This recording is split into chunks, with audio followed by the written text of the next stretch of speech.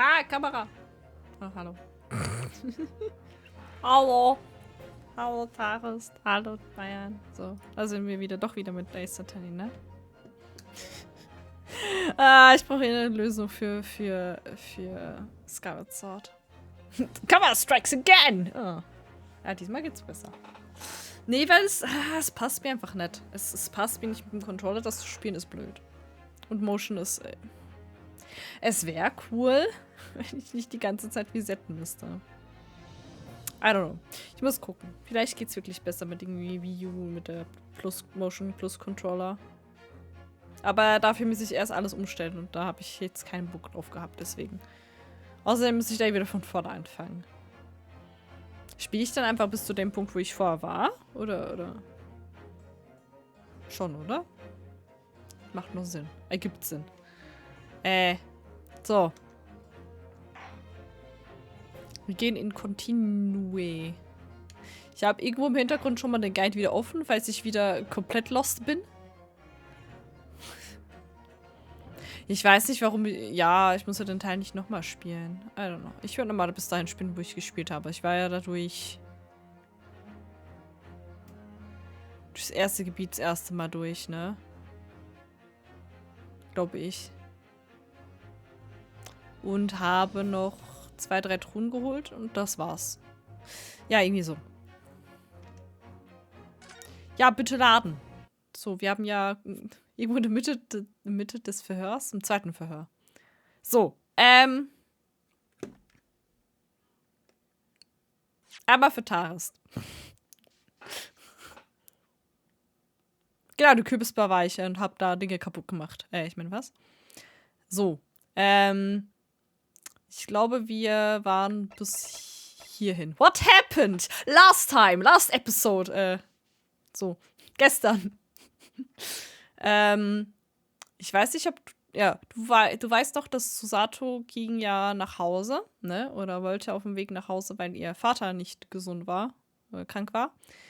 Sie ist jetzt weg. Sie hat uns ihre Notizen dagelassen für den Fall von McGilded. Vor 2 Monaten. Wir haben eine sehr lustige Sache herausgefunden. Wir haben nämlich an dem Mantel von McGilded, den China getragen hat, den schwarzen Mantel, haben wir Blutspuren gefunden. Die waren so, ja, komm, lass uns gucken, von wem das ist, farbtechnisch her, ne?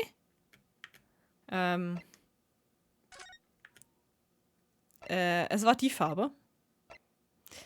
Nur war es nicht nur an den Ärmeln, sondern der gesamte vordere Teil von dem schwarzen Mantel war dann violett. Da war viel Blut. Also sind wir ziemlich convinced, dass ja, McGilded hat hier Mason umgebracht. Wollte es vertuschen. So. Das haben wir rausgefunden. Wo wir uns ziemlich sicher sind. Deswegen haben wir hier auch die Fallnotizen dafür. Dann ist das jetzt lustigerweise schön in der Zeitung drin, was passiert ist. Aber was noch viel lustiger ist, hier unten sind wichtige Dinge, die da stehen. Ich glaube, das steht da oben drin. Contains article about government secrets being leaked to foreign agencies. Wir vermuten, dass das Problem war, was hier Gregson hatte. Warum er so im Stress war, wegen Strongheart. Also Strongheart hat irgendeinen Dreck anstecken, 100 Pro, bin ich mir sicher. Wissen noch nicht was. Wir haben den Autopsie-Report bekommen. Jetzt, wo wir in Trial sind. Und zwar wurde Pop Windybank, sein Vorname ist Pop, sehr lustig, wurde zwischen 1 Uhr und 1:30 Uhr morgens umgebracht. Natürlich genau zwischen der Zeit, wenn die Bilder gemacht wurden, ne, von der Sicherheitskamera. Er wurde erschossen mit einem Schuss, der von hinten kam und der eine Slide, was steht da? Gently rising diagonal trajectory. Diagonal nach oben. Das heißt, das war die Person, die ihn erschossen hat, war kleiner als er. Deswegen ist er auch schlecht, weil Gina kommt da voll in Frage. Sie ist ja kleiner. F, ne? So. Wir haben das Bild, das wir auch vorher gesehen haben. Wir haben die Karte wie sie da lagen, wie sie gefunden wurden. Wo ich mir auch schon denken, so, es gibt ja auch gar keinen Sinn. Warum, aber egal, whatever. Dann haben wir die beiden Waffen. Einmal Windy Banks Gun. Wir haben Skulkin Brothers. Das sind die 2 Dudes da, die dahinter stehen. Das sind die beiden. Nash und Ringo. Das waren die beiden, die in dem Laden waren und auf Sholmes geschossen haben. Einer der beiden. Weiß jetzt nicht wer. Keine Ahnung, wissen wir nicht. Sind Professional Baddies. Super. Auf jeden Fall, sie haben erst gesagt, ja, wir haben nichts gehört, es war leise und so. Und mussten sie erstmal sagen, ey, Junge, ihr habt auf Dings geschossen, please. Kann ich einen Scheiß erzählen. Problem, was gerade noch ist, die Waffe ist leer. Die hatte nur einen Schuss drin. Die Waffe hat 6 Schuss theoretisch, 5 davon sind noch geladen. Ist nur eine weg. Dann haben wir ein Foto von 1 Uhr morgens. Das sieht ja schon mal nicht gut aus für uns, ne? Sieht sehr schlecht aus für uns, für Gina. 11. Dann ein zweites Bild von 30 Minuten später. Wenn man genau hinguckt. Gina! Wenn man genau hinguckt, der Part hier ist ein bisschen verschoben. Wenn ich das mit dem vergleiche. Steht hier auf einmal weiter drüben. Da wurde also irgendwas verschoben. Wir haben das Stereoskop bekommen. Weil der Fall vermutlich ganz viel mit Stereoskop zu tun haben. Hups, ich wollte eigentlich nicht drücken. Ja. Ja, okay, das wollte ich nicht. Meine Vermutung war halt, Gina hat ihn bedroht, ja. Weil Gina sehen wollte. Das haben wir auch rausgefunden. Wir haben gesagt, Gina war doch 100% da wegen dem Manuskript von Iris, weil sie gucken wollte, ob es wirklich da ist oder ob Sholmes sie belügt und es effektiv verkauft hat oder so. Ja. Sieht ja schon mal nicht gut aus, ne? Genau. Dann, warte, kurz zu einer Person. Also wir wissen, Susato war kurz bei Sholmes vorbei, als sie sich verabschiedet hat. Er ist zumindest wieder wach. Ja, keine Ahnung, immer der Typ da. Ja, genau, und die beiden Duderinos. Die nur Lügen erzählen und das ist sehr, sehr unterhaltsam gerade. Oh Gott, meine Connection ist gerade richtig scheiße. Egal, whatever. So. Und das ist jetzt etwas das dritte Mal, dass wir sie jetzt. Ist das dritte Mal? Ich glaube, das ist das dritte Mal, dass sie ein Testimony geben. Van Siegs hat sie verwarnt, hört auf zu lügen, ihr Fucknasen. Und so, genau. Außerdem kann ich gerade schlecht zeigen, aber die Jury ist sehr unterhaltsam. Wir haben eine sehr gute Jury. Ich würde die gerne angucken, aber kann ich gerade nicht. Unsere Jury besteht aus, hier, kann ich sagen, unserem vom letzten Fall, der Soldat, der ehemalige Kommandant. Ist gerade sein Name entfallen. Er war da, er sitzt da, die Maid-Lady von dem zweiten Fall, glaube ich, oder so. Was auch immer für ein Fall das war, der dritte Fall, I don't know. Wir haben wieder die Tastatur-Lady, nur dass sie dieses Mal ein Telegramm hat, also sie ist am Morsen die ganze Zeit. Wir haben den Opa mit dem grünen Mantel, der ein Doktor ist, wo wir vermuten, der hat vermutlich an Sholmes rumgeschnibbelt, also hat ihn operiert nach der Schusswunde. Er ist nämlich als Surgeon da und sitzt die ganze Zeit so da, ist mega gut. Wir haben einen neuen Dude in der Mitte, der ist voll Fan von diesen Stereoskopen. Der findet so, boah, ist voll geil, 3D. Und die letzte Person in der Jury ist auch sehr unterhaltsam. Das ist die aus dem zweiten Fall auf dem Schiff, in der Zeitung, wo man da einen russischen Dings gesehen hat, der da Genau, Worte. Der Rebelle. Es ist der. Ich fand das sehr unterhaltsam. Genau. Und wir müssen gefühlt schon, das Erste, was wir tun mussten, war einmal wieder die Jury davon überreden, so please don't, wir wollen den Fall weiterziehen. Die waren schon wieder alles so guilty und so. War sehr unterhaltsam. Sehr gut. Was, eine Jury? Ja! Genau! Es ist eine perfekte Jury. Ich weiß gar nicht, was du hast. Den Optiker sein, keine Ahnung, ich weiß es nicht. Ich glaube, der macht seine Augen damit kaputt. So, aber wir haben mittlerweile established von wegen, also wir haben auch, sie haben vorher noch gesagt, bevor wir jetzt gerade zu dieser Mahnung gekommen sind von der Lüge. Sie meinten von wegen, sie haben gehört, wie Windy Bank gesagt hätte, zu China gesagt hätte, gib mir die Gun, und dann, sie haben es geschauspielert, erschossen, und dann war es halt so, ja, nee.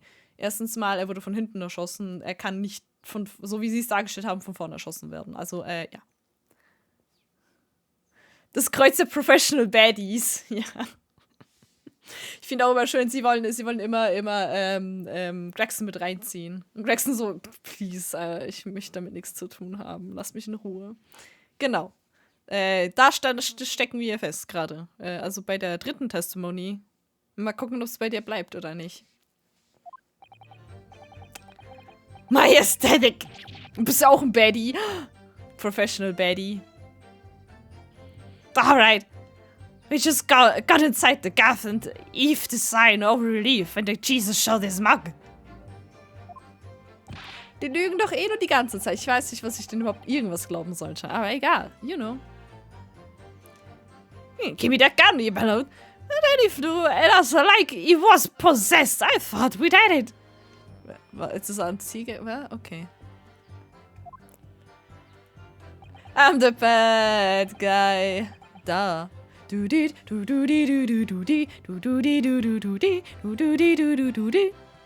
Okay, lass mal das. For all Jesus, that bloke was strong as an ox. He chucked me over the counter. Das ist jetzt ihre Erklärung, warum das Zeug verschoben war. Das ergibt ihm noch keinen Sinn, warum er da von hinten erschossen. I put me gun on him and then he latched it through that door into the back room.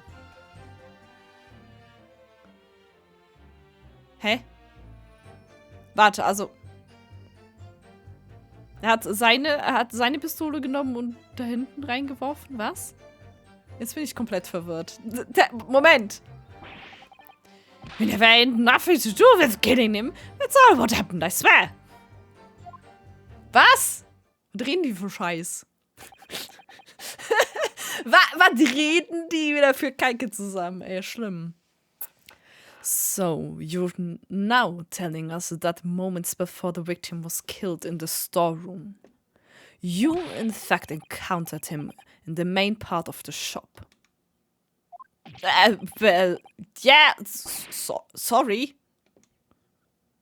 Weißt du, was gut ist? Einfach so, ja, wir haben 2 Witnesses. Die haben gesehen, wie China ihn erschossen hat. Die 2 Witnesses. Irgendwelche Burglars. Ja, denen würde ich vertrauen. Das sind ja 2 gegen 1, ne? Logisch. Easy. Alles ist klar.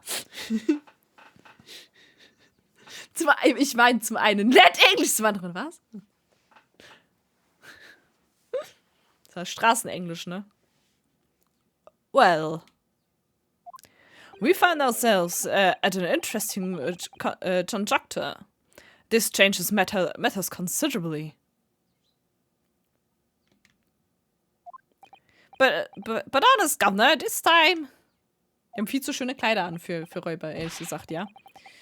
This time, Nash, this time. We ain't got nothing. More to hide. Very well. Counsel for the defense, you may proceed with a cross-examination. Yes, my lord. This is it. The moment I've been waiting for. Ich habe keine Ahnung, auf was du wartest. Genau. Goddammit. Ja, scheiße. Pressen wir aber mal wieder auf alles? I don't know. Think so. Okay. Ja, ich habe nur 3 Leben, weil ich lustige Dinge verkackt habe. Yay! Also wenn ich dann nur noch auf einem Leben hocke, dann... Nein, nicht auf 2 Leben, weil es kann immer wieder sein, dass sie extra dich... eins wegziehen, ne? Ja!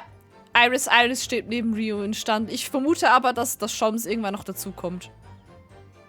Das ist meine Vermutung. Aber momentan ist Iris da. Das ist sehr cute. Okay. Einfach mal überall pressen. Ich mache einfach, es macht mich immer nervös, wenn ich nur noch so 3 Leben habe. Ich so, ich darf nichts mehr falsch machen. Wenn ich 2 habe, dann gehe ich einfach, dann nehme ich einfach die Dings nach vorne und mach's nach der. Oder überprüfe, ob meine Gedanken richtig sind. Und guck nach. Das mache ich auch, wenn ich es privat spiele. Da bin ich immer so wegen, okay, ich glaube, das und das ist passiert. Ist das die richtige Reihenfolge, wie ich Dinge tue? Nein, gut. Aber spannend. Ich weiß nicht, ich überprüfe das immer gerne mit dem Walkthrough. Einfach, weil halt zum Teil hast du so, es gibt eine richtige Reihenfolge und bist so, ja gut, scheiße, ne? Ja, ein Leben, das macht mich ja gut. Das sollte auch. When you say Jesus, I presume you mean the victim and proprietor of the shop, Mr. Windybank? Well, sorry, I mean, that's right.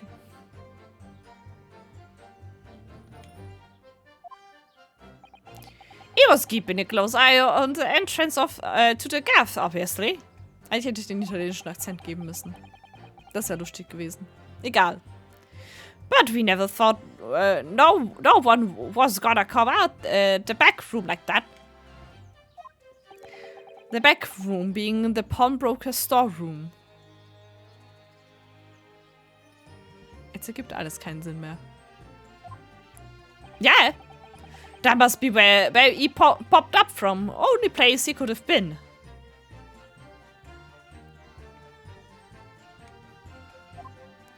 So, it would seem the victim was already in the storeroom when these brothers entered the premises. Which means Gigi must have been in there at the point as well. But that doesn't make sense, does it? If Gina had threatened Mr. Windybank into the storeroom with her at gunpoint, then why would he have emerged from the same room all alone when the brothers arrived?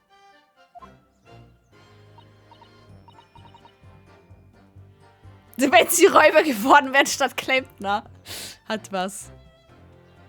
Oh, I don't know. Did you see the accused at that time? What? That's a Maltuder? Couldn't tell ya. No way, Copper. We had bigger fish to fry then. I mean, the old Jesus just lost it. Daltons, ja. Ja, hat was. Ich mag gerade ihre Augenmasken, die einfach nur geschminkt sind. Das ist herrlich. Kannst ihnen einfach nicht vertrauen. Die sind nur am Schwitzen. Das ist schlimm. Okay, give me that gun. Also er hat das zu ihm gerufen, oder wie? Erzähl mal. You mentioned that Mr. Windybank shouted those words in your previous testimony too. However, you claimed that you heard him yelling them on the other side of the storeroom door. Oh, did we? Stop lying. Das ist so schlimmer wie der Clown. Holy shit. But the truth is, he was shouting those words at you, wasn't he?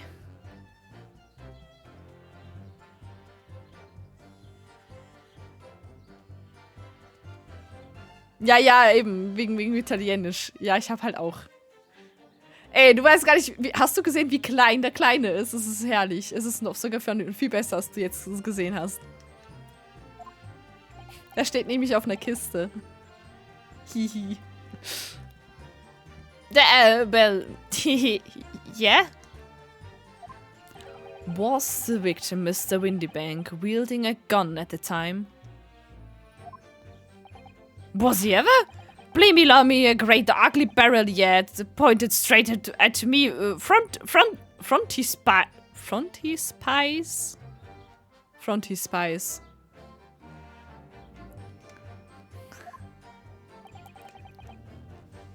Nein, Nase nicht jucken. Moment. Ah! Okay. Ich glaube, es geht. So what you're saying is, you definitely saw Mr. Windybank with the gun at the time, is that right? This guff, it is spot on. Then all of a sudden he came at us, yet. Haqueech? No, not yet. It was bedlam. I didn't know who was going for who. You were clearly all going for each other. Like Nash said, we thought we did it, I mean. Verwirrt mich alles. Okay, scheiße. He chucked me over the counter. Du bist auch klein, also. Yes, I noted that you mentioned the counter in your previous testimony too. Well, yeah, cause we did. He knocked over a lot of books, a candlestick, and some skull whatnot. What got tangled in some marionette? What knocked over a picture frame? What knocked the scales on the floor? So, in fact, it wasn't the sound of the gunshot that shocked you and made you knock those things off the counter. Well, Big Broth here went flying over the counter like a gunshot, I can tell ya. Then the old cheeser pinned him.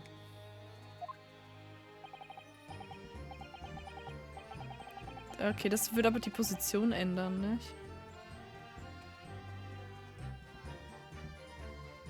Okay, hat Windybank Gina schon K.O. gehauen gehabt? Das wäre brutal, ey. Oder er hat Gina gezeigt, wo das Manuskript ist und sie hat sich's angeguckt und war dann da hinten eben alleine. I don't know, keine Ahnung, ich bin noch nicht sicher. He did, Nash, he did. If you hadn't been there, the bloke would have flattened me like a blooming pancake in seconds. Also.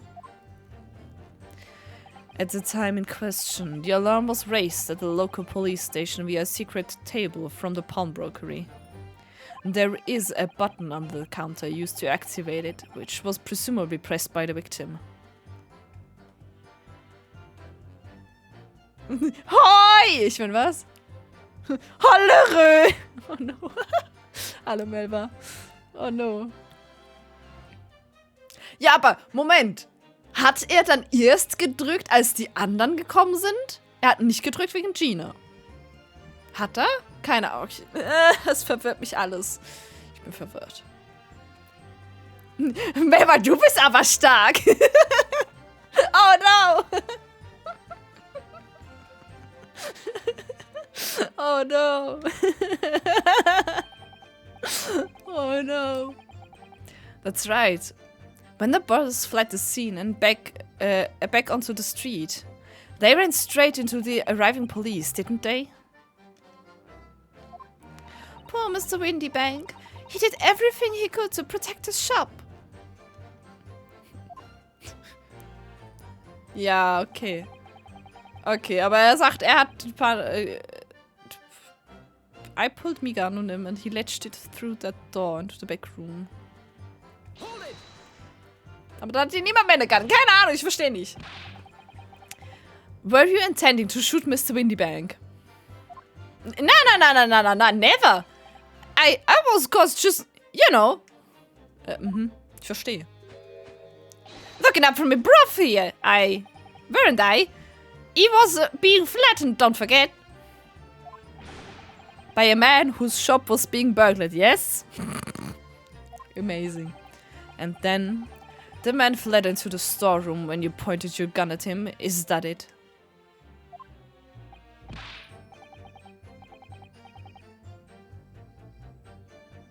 Hä? Ich weiß nicht, ob der Violette ihn angeschossen hat. Ich habe ja, irgendeiner von denen hat Scholz angeschossen. Ich habe keine Ahnung. I don't know. Ja, eben, also Scholz wäre logischer, weil er um einiges kleiner ist. Aber ich weiß nicht, ob der andere nicht auch kleiner ist als Scholz. Kann ich nicht vergleichen. Ich habe ihn nicht hier als Vergleich. I don't know. Das ist, Windybank. Ich weiß nicht, wie groß Windybank ist. Sag mal Größenunterschiede. Keine Ahnung. Kann schon sein, dass es dann der ganz Kleine gewesen sein müsste.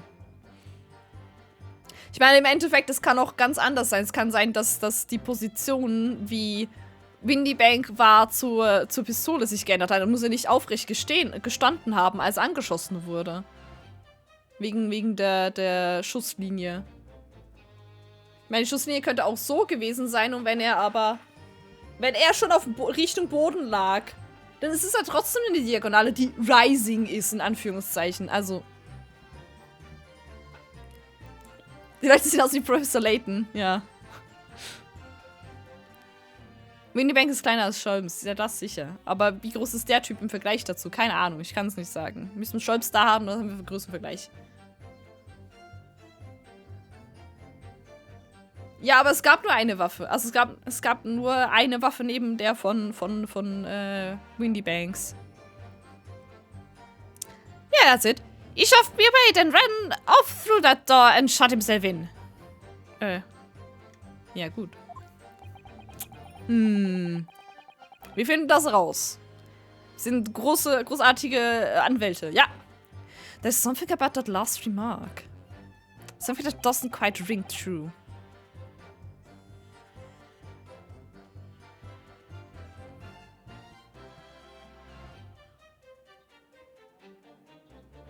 Seine Waffe kann nicht im Backroom sein, nein. I wonder why Mr. Windybank ran away into the storeroom. What? Well, according to what everyone's saying, Ginny was in there waiting for him with a gun. Ah, yes, that's right. Gina allegedly used Mr. Windybank's gun to threaten him and force him to open the storeroom door. In which case, how did the gun end up in Mr. Windybank's hands again? I have no idea, but that is strange, isn't it? This little inconsistency could be significant. Should make a mental note about it. Look, the point is, me and my brother here. That's right, Nash, that's right. Me and my brother here. Das ist das letzte Statement, ne? Sie haben nichts damit zu tun. Ja, Bayern, das spielt nicht in unserer Zeit. Du kannst nicht mit zu Stuff kommen. Ja, wäre einfach. Logisch ist einfacher. Moderne Technik war viel einfacher, ja? Aber haben wir nicht. Kannst froh sein, dass wir überhaupt Bilder haben. You say you had nothing to do with it. Nothing at all. Nothing of nothing. The old cheeser went and shot himself in the back room, didn't he? Locked it was, from the inside. We know it was, because we tried to open it. But it's a decent auto, that one.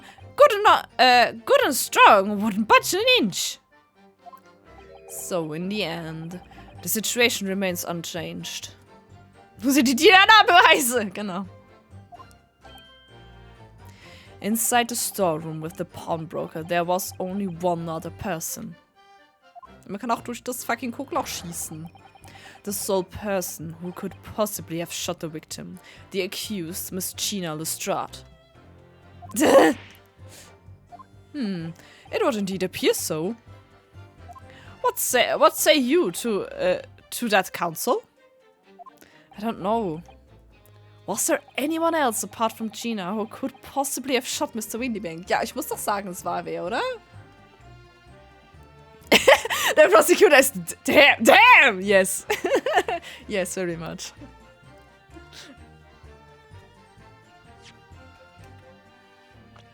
Shops ist übrigens auch toll. Ich finde das doof. Ohne Hut ist viel besser. Ohne Hut ist mega gut. But yeah. Wann siehst du es mega geil? Ah, doch voll Mut. Er ist Vampir, ey. Ich schwöre. Ja, ich muss eigentlich sagen, es war wer. Ohne Hut und Mantel ist. Scholms? Ja, Scholms. Sie wollten in der englischen Version nicht Sherlock Holmes schreiben. Deswegen ist er jetzt Sherlock Scholms.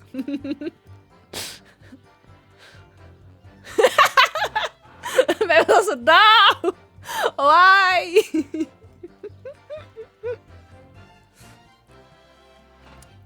Also im Endeffekt, die Tür hat ein Guckloch. Es könnte wer anders von außen geschossen haben. So, der could There could have been. Right? Right. Ich hoffe. Ich hoffe einfach, dass es richtig ist. Kritisch. Mr. und Mr. Skullkin. Aufgeben ist keine Option, nein. Ich muss Gina beschützen. What? What's the look for? Ja, das ist halt gut. Das ist in der Übersetzung Herr Lock. Das ist einfach Herr Lock sagen. Es ist super. Kane, dankeschön für den Raid. Hello. Ja, Musik stoppt. Es klingt schon mal gut. Musik stoppt, stimmt, oder? From the moment you admitted that you'd encountered the victim face to face that night. The course of this trial changed completely. Oh, die Musik. Ah, ist das gute Musik. Oh Gott. Wir sind right. Fast, vielleicht, maybe. It did? What is your point, my learned friend? Ay. The question we must answer is, who could have shot Mr. Windybank? And it is the brief of the defense that the defendant is not the only possible answer at all. Shit is getting real music. Ja. Echt mal. Ich kann das Spiel einfach spielen. Ich habe den Controller vor mir liegen und ich kann meine Hände einfach frei bewegen, weil ich muss nur A drücken. Man L und R und so. Ist voll chill. You have my attention. Ah! Ich meine, was? In that case, let us return to this plan of the premises. Okay, also theoretisch neben der Tür. Das ist meine Antwort, neben der Tür. Ich hoffe, es ist richtig. The victim was killed in the storeroom, which was locked from the inside. Those are the facts, so pray, what other possible answer to the question of who shot the man could there be? Van Sieg's attention! Ah! Oh no! Wir haben übrigens schon am Anfang vom Spiel rumgejoked, ne? Als wir das erste Mal Van Siegs gesehen haben. Nicht so, oh yes, I like him! Da war so Taris. Ja, Nier Schattentype. Das war so gut. It's just people that are done. I love him. Counsel. You must now provide answers to the court in respect of two conundrums. 2? Moment, 2. Warum 2? 2 ist nicht gut. Ich habe nur 1 vorbereitet. Oh ja, shit. 2, my lord? Twice as many chances to be right, maybe. 2? Scheiße. 2? Guter Geschmack jetzt. Indeed, namely. From what location did the culprit shoot the victim? And furthermore, where was the victim at the time? Auf dem Boden? I don't know.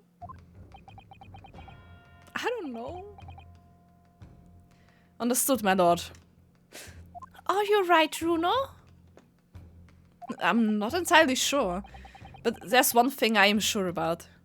If I can prove that there's a credible new alternative to what happened, it would change Gina's prospect hugely. So now, time for some clarity. Show the court on this plan the answer to the questions posed by his lordship. Okay, die erste Frage kann ich easy beantworten. If you believe someone else could have killed the victim, indicate from where that person could have fired the gun. Von mir aus gesehen da. Neben der Tür. Auf der Seite von der Tür.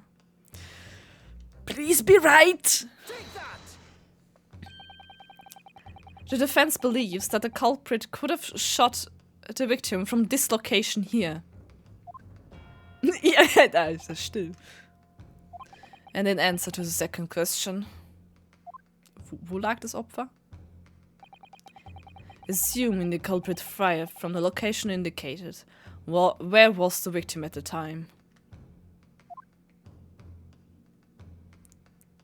Hier?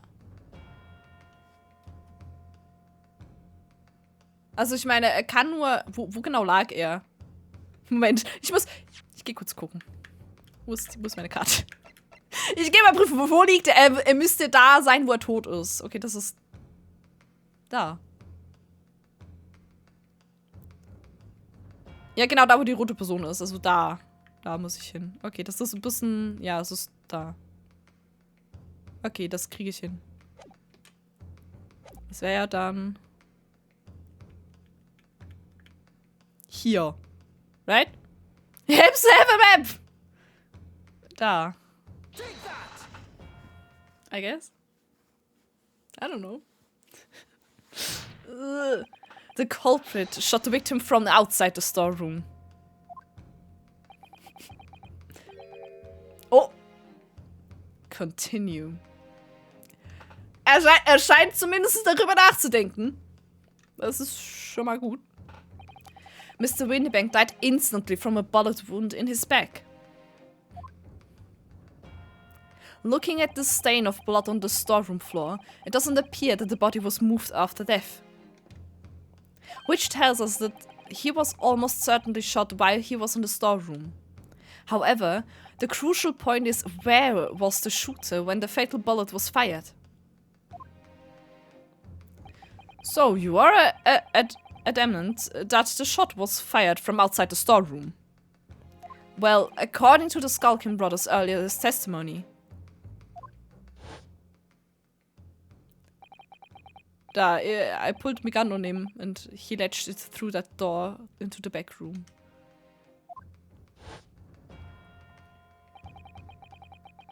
Oh no, Fatty man! Oh. Er heißt Pop Windybank. Was a good guy. Die Animationen von Ryunosuke sind super, ne? Oh Gott, Internet, stop dying. If Mr. Windybank ran away through the door, we have to assume that the door was open at the time. Ha! Was? Die Tür war offen, wenn er durch die Tür ran. Das ist ja amazing.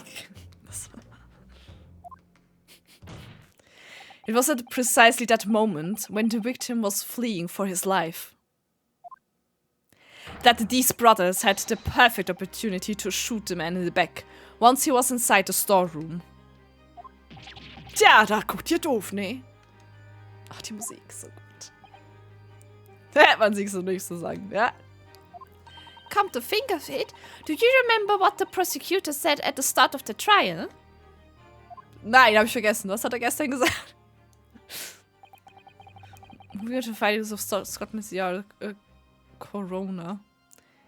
His report states the bullet entered the body on a rising diagonal trajectory. Ja, das ist die... So. Also nicht wirklich das Gefühl an. So. Oh! Ja, der Touch ist so herrlich. Wenn du eine Nies-Attacke hast. No! Ne, ich hatte gerade nur 0. Das war wieder mal concerning. Mr. Victim was likely shot by someone significantly shorter in height than himself. Poor man. Shot while he was running as fast as he could to safety. Of course! Ich habe keine Ahnung, was jetzt raus... He would have been leaning forward as he was running away. Ja gut, okay. So kann man auch erklären, warum er so schräg war. Okay, gut. Naruto Run und so, genau. Es Naruto run away. Oh no. So even if the bullet was fired horizontally, it would still have entered his body on an upward trajectory. So the culprit isn't necessarily someone shot it than Mr. Windybank. Also hat Luigi ihn geschossen. Ich meine. Ey!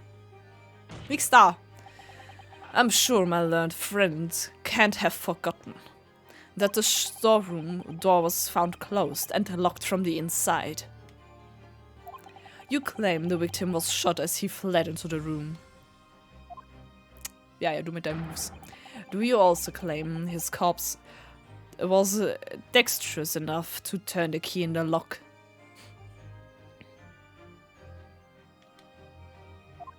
Die Stimme! Ich kann sie leider nicht nachmachen, ne? But... What if someone else locked the door? Yes, there is someone else who could have locked the storeroom door. Gina? Is that so? Very well then, counsel. Present your hypothesis to the court. In the scenario just described, the defense assertion is that the victim was shot from outside the storeroom. In which case, who shut and locked the storeroom door from the inside? Die einzige Person muss sein, es war Gina? Also, es kann nur Gina. Nur Gina ist da. Es kann nur Gina gewesen sein. Dann war es Gina. Aber warum war sie K.O.? I don't know. Obviously, the person who locked the door was the only other person inside the storeroom at the time. The defendant, Miss Gina Lestrade. Es gibt einfach keinen Sinn, warum da keinen Schuss drin war. That's absurd.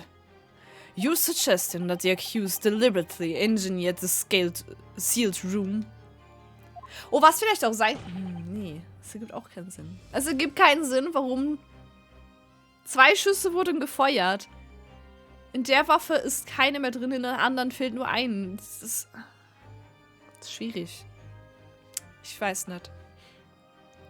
For what possible reason? Such actions would only serve to tighten the noose around her neck. Ja, wenn sie Schiss hatte, müsste ich auch einsperren.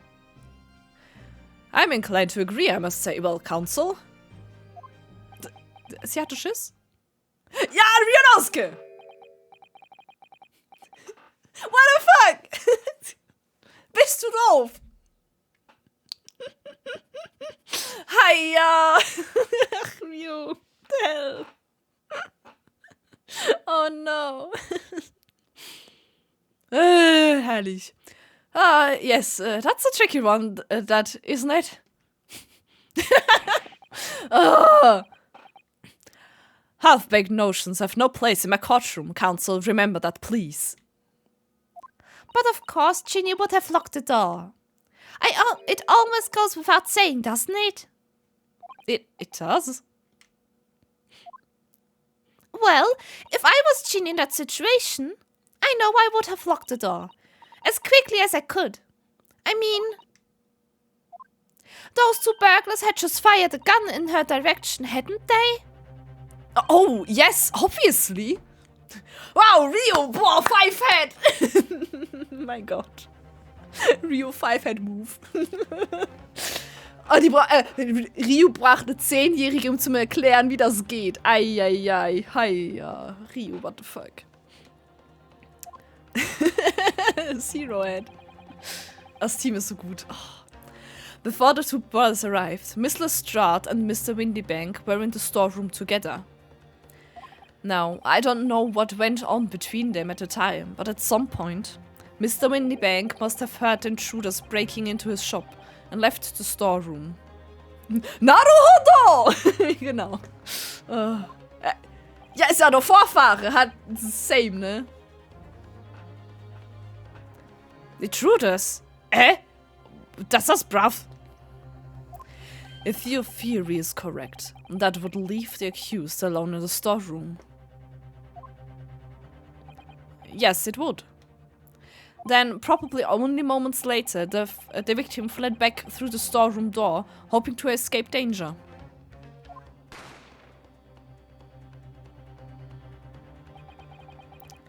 Hit in the back by the bullet, Mr. Windybank fell on the floor where he was, just inside the storeroom.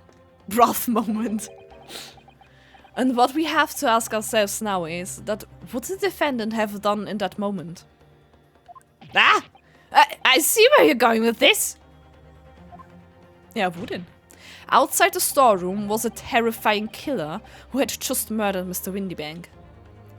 As soon as that thought struck Miss Lestrade, she slammed the door shut and locked it. In order to save her own life. Ja, ist das so logisch? But it ain't. I mean, we ain't those who done it. We ain't, Gov. We ain't. You've gotta believe us. I mean, come on. We'd never shoot no one. Ja, ich vertraue Leuten, die mit Waffen rumrennen und Leute ausrauben, immer. Da ist der Finger. That's blatantly untrue. I know for a fact that you would. Because before my own eyes, you shot Mr. Sherlock Holmes. Ja, und jetzt, hä? There is only one logical conclusion here. Mr. and Mr. Skulkin, your brothers had every opportunity to have been the true perpetrators of Mr. Windybanks' murder. Das wird sicher nicht so einfach sein.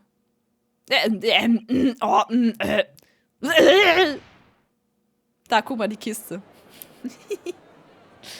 Ist so small. Ah, guck mal, unsere Jury.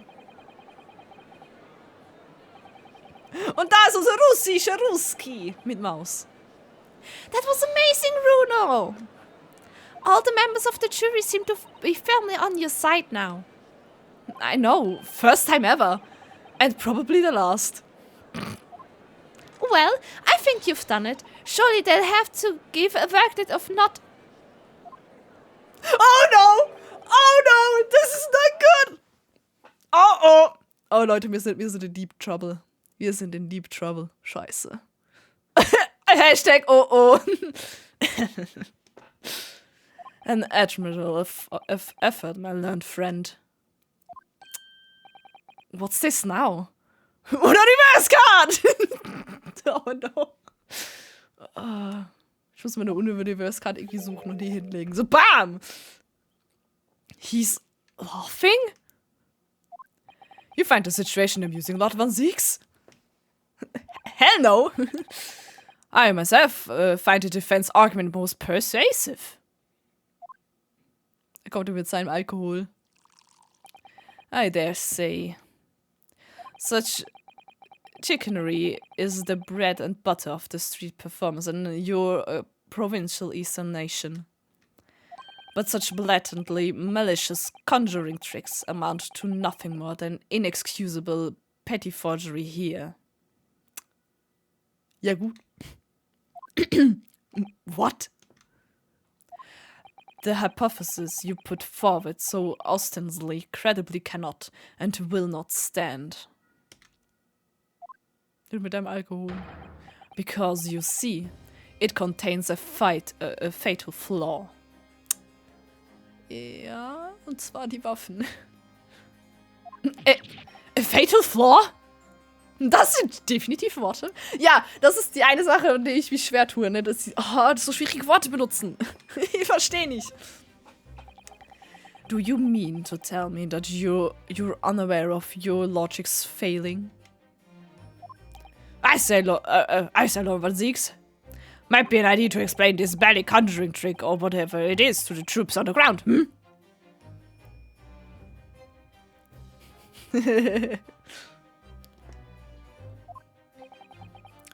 The fatal flaw in my learned friend's argument is really very simple to understand.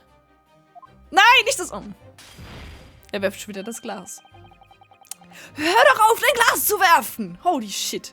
Wild Zieks. Assuming you're not too dim-witted to count bullets. Ja, ich weiß, das hatte ich doch die ganze Zeit gesagt. Fuck. By George, count bullets? Oh dear. He noticed then. Ja, I did too. Hä? Rio, wie dumm! Meine Güte. What's everyone talking about? Counsel. Yes, sir? Tell the court how many bullets were found at the scene of the crime. 2. 2 bullets. Correct. The first, that which hit the victim in the back, ending his life. Naruhodo. Ja. Pure of heart and dumb of ass. Yes.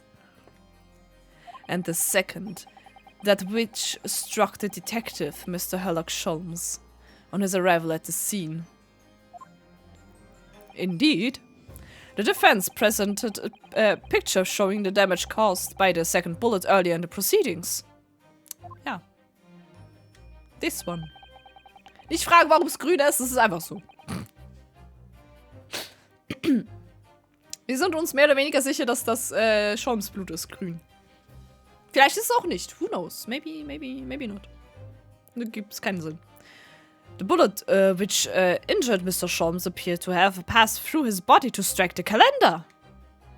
Zensurgnome! Es war mal rot.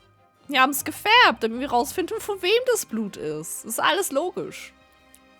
Iris hat nämlich eine coole Chemikalie, die Blut färbt. Und dann wissen wir, von wem das Blut ist, weil so geht das.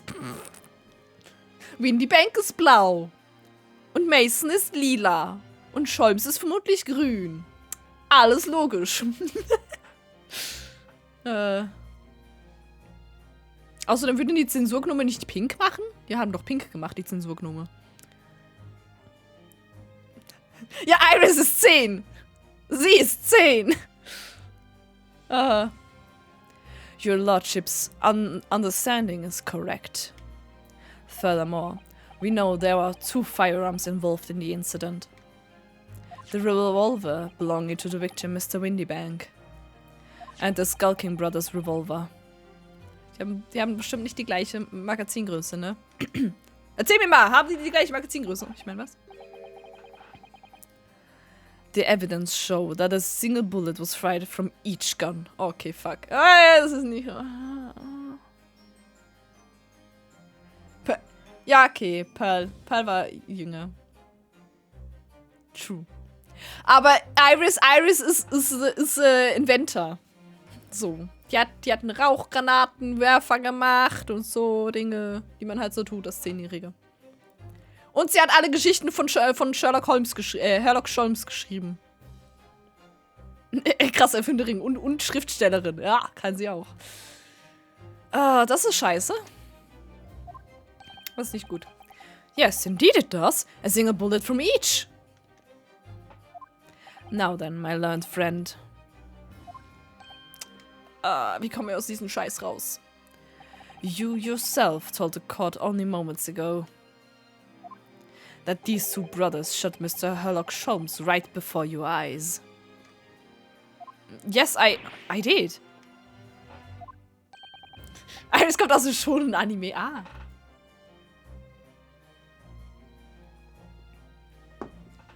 Oh my goodness. I think you find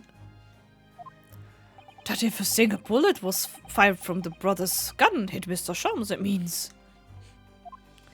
Windybank is not by this, Windybank not shot by the same gun. Stop. Only 1 bullet. Stop. Die hat da Party. Exactly. Minus Augen nur.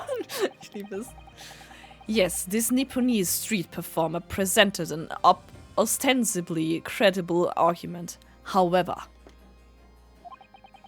Eigentlich kommt sie aus London. Also. It was never anything more than a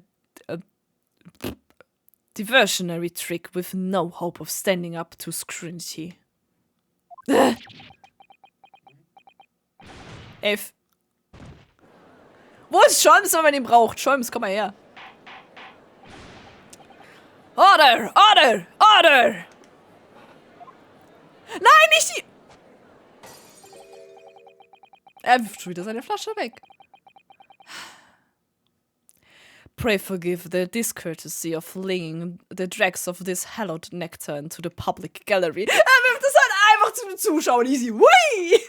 Ich hoffe, du hast niemanden getroffen, während du siegst, sonst müssen wir dich gleich anklagen. Hallo? The fuck? Ja, diesmal mega leise so. Aber Susato ist nicht mehr da. Meinst du, sie ist umgekehrt? Lord Van Siegs. But this court needs to open its eyes. Okay. The accused, Miss Gina Lestrade, is no ordinary little girl. Despite her young years, she can, regrettably, no longer be described as a juvenile. Oh. No. The person in the dock is far from a law-abiding citizen. She has a past riddled with criminal conduct. Hallo, El Seppo. The truth is, the accused broke into the pawnbrokery on the night in question with loathsome intent. As we can see beyond doubt, In this print, which depicts her threatening the victim with the murder weapon. Also, threaten würde ich das dann nicht mal nennen. Sie zieht ja nicht mehr auf ihn, aber das ist ja egal. Interessiert keinen.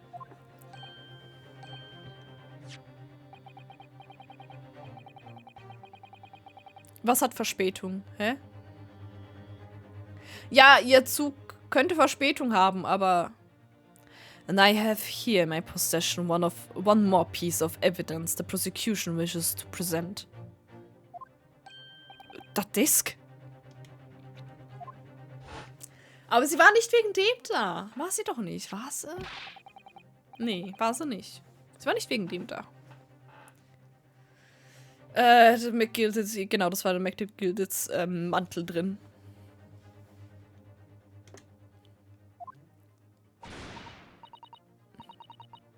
Sie sagt es zu mir. Ah ja, ich lese die Sachen nicht vor, die schon mal passiert sind, by the way. Die habe ich aber schon mal gelesen. Sorry, Miss. All evidence, ja. Ja, okay, easy. Jetzt haben wir die Disk und jetzt, was wollt ihr damit? Yes, that music box disc. McGildeds music box. Das ist so ein dummes Wort. Music box disc. Holy shit. The very day before the hateful murder of Mr. Windybank, the accused attempted to make off with this article, which clearly doesn't belong to her, and with none of the subtlety of a pickpocket, I might add, but by brute force and brazen imprudence. Good gracious! Make no mistake. Any sympathy for the accused on account of her years is misguided and dangerous. There are no depths to which this girl would not stoop if lesen, holy! Stoop if pushed, holy shit! No crime she would not commit. Eis, oh! Ich will auch Eis. Muss ich mir nachher Kekse holen. Oder so. The court forgets that fact as its peril. Darf ich gleich die Leute wieder überreden? I see. Komm her. Ja, klar, ich fahr los. Während dem Stream. Finde ich gut. I think it would be prudent to take this music box disc into evidence, counsel. As a grim testament of the defense... Lord Verzeeks, I am... Inspector Gregson? What? Okay, er klingt so, das ist auch gut zu wissen. Ich weiß endlich, wie er eigentlich klingen sollte. Finde es sehr lustig. Tja, bei mir klingt er nicht so. Yes, Inspector. We had a meeting yesterday at the yard with the prosecution service and no game and drive. No. I think it was agreed that this wouldn't be used as evidence. Warum nicht? Warum nicht? What's this all about? Why is the inspector acting strangely? Dass die Fritz nicht rausfliegen, ja, ne? That's the first time he said anything to Van Zieks at all. I am unaware of such a meeting. But those were the instructions right from the top. The government big wings were insistent. Ja, der Essig ist sehr klebrig. Inspector, I am the prosecutor, and I alone determine how to present my case. Wow. An Van Zieks wird doch sowas in ein Problem kommen noch im zweiten Teil. Dürfen wir dann Van Zieks retten? Ja, let's save him. And now it's getting spicy. Yes. Your warning is noted. Thank you. Tja. The prosecution wishes to proceed with submitting this disc as evidence, my lord. Indeed, bailiff. Ja, toll. Was habe ich jetzt davon? Scheiße. Ich gehe es gleich angucken. Moment.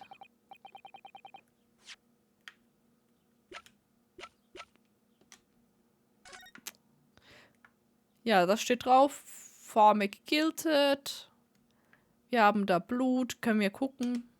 Iris. Oh, Runo, look! This is blood! Yes, you're right. Just a small smear, but definitely blood. Actually, I feel as though I might have noticed that before. Ja, es ist Chinas Blood. Haha, then it's time to shine again. I thought I'd be waiting forever. Alright, hold still with that disc, Runo. Can we get this done quickly, Iris? In a flash. So. Mach mal. Pff. Und? Hä? Nein, es gibt gar keinen Sinn mehr. Hä? Warum? Warum ist das die gleiche?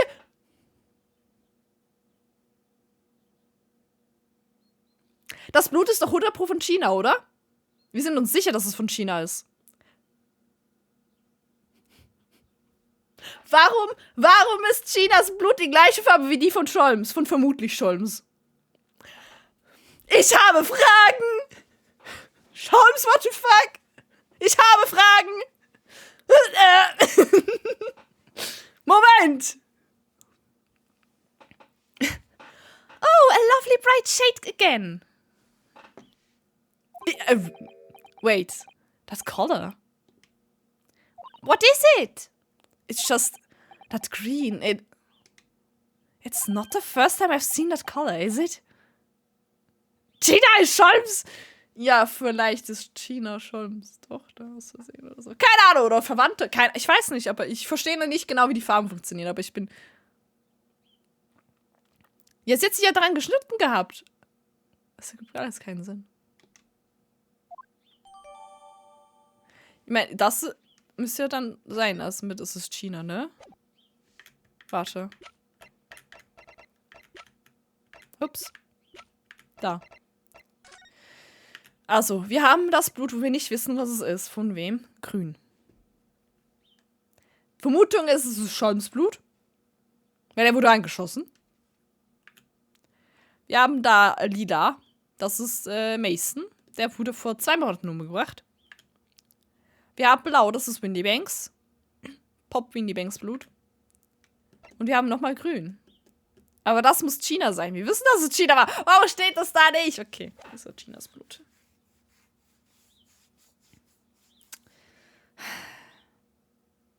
Warte. Warte, was? Hast du eine Idee?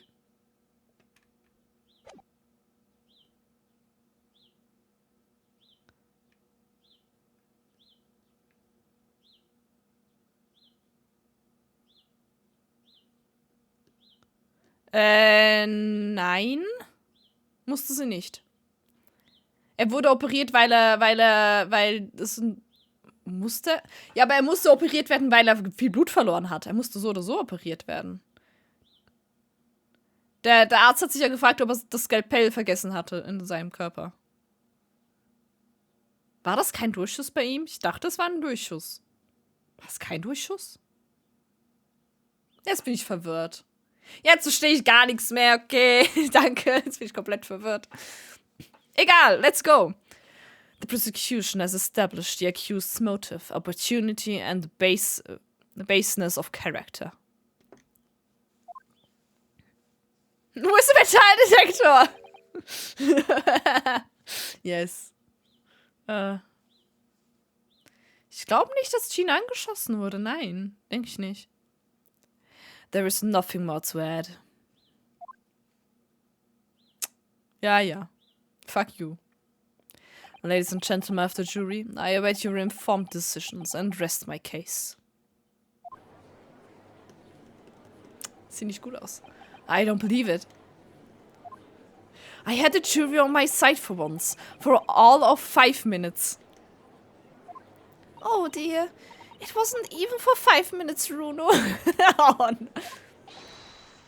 ja, wer ist jetzt das schon wieder? My Lord. Also, My Lord. Wonder if I might say something at this point. Proceed, Mr. Foreman. Be something about it a bit of a fuck up to now, and truth to be told, but all of a sudden.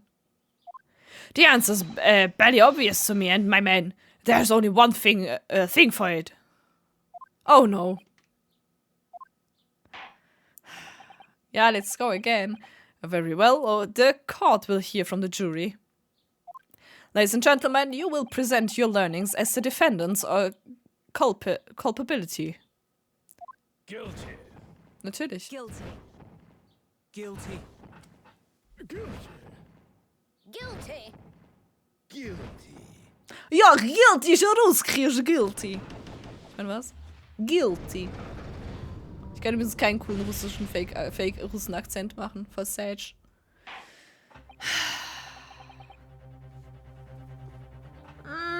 Here we go again. We have a consensus among the jury, it seems. When you have eliminated the impossible, whatever remains must be the truth. Ja, gut, ja, aber. Du kannst nicht stehen bringen, Siegs, das ist nicht okay.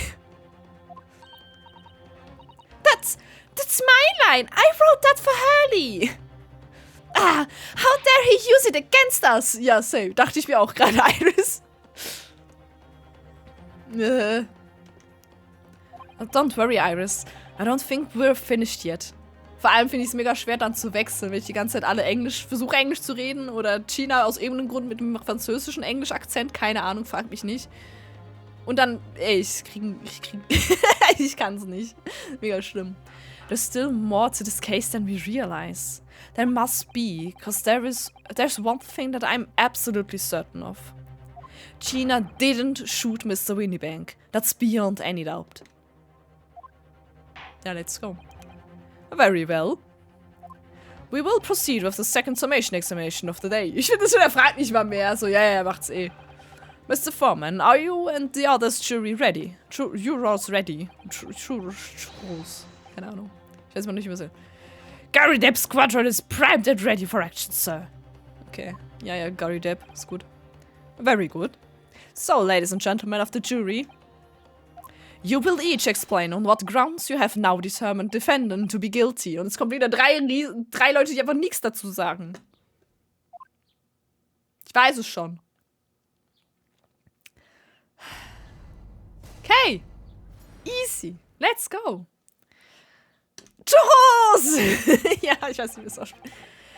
What's a rogue? All is a rogue, I say. Different breeds to us a law-abiding citizen. Okay. As only 2 bullets were found at the scene, I would say the whole case is done and dusted. Okay. You don't need a stereotype to see the truth here. Every which way you look at it, it was that pickpocket. I never imagined that simple operation would cause me such grief. Das hat nichts damit zu tun! Opa, what the hell? Ei. The accused attempted a theft on the previous day. I can see I'm in for a busy day ahead. I'm ballistics expert. I have seen many shootings. There is nothing I do not know about guns. Na dann erzähl mir mehr. Tell me more. Tell me more. Wie war sein Name? Ich weiß es nicht mehr. Der Opa ist immer out of context. Das war im letzten Fall schon so. Vorletzten. Letzten. It would seem there is a little remaining room for doubt. Ist mir egal. Have to admit, I was rather bowled over by the argument put forward by the chap in black. Welche Guns? But I not fell apart like a house of cards. I saw that I'd jolly well been hoodwinked. What is Worte? Well, normal. Okay, guess, sure. The whole courtroom is turning against me. It's not fair. Iris? That prosecutor is being mean. Yes, he is. Just because Ginny's done some things she shouldn't have done in the past. That doesn't make her a murderer. Old-timey English, yeah. Oh, guck mal, er hat wieder sein Glas. Und eine Flasche. Allow me to savor this fruity vintage wine, vintage while I savor the spectacle of your fruitless debate on the matter. Ja, trink dein Alkohol, ist okay. There's to the truth coming out eventually. He's putting in the queue to prosecute. Oh, great. Let's go. That's enough preamble, counsel. Proceed with the summation examination. Get ready! Yes, my lord. Kack.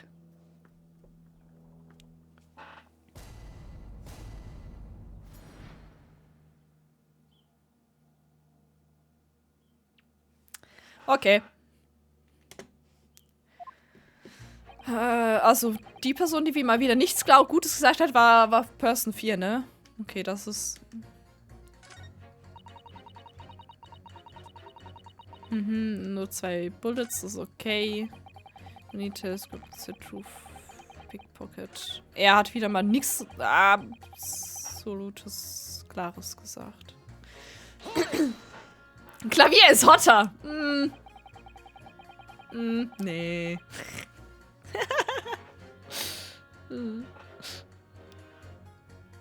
Would you please stop muttering about things that have nothing to do with this trial, sir? The defendant's life is on the line here. Well, the thing is, I couldn't really say that it is nothing to do with this trial, to be honest. Huh? I mean, there's no question that the man was shot, but the bullet had simply vanished from his stomach. Moment! It did? It did? Moment!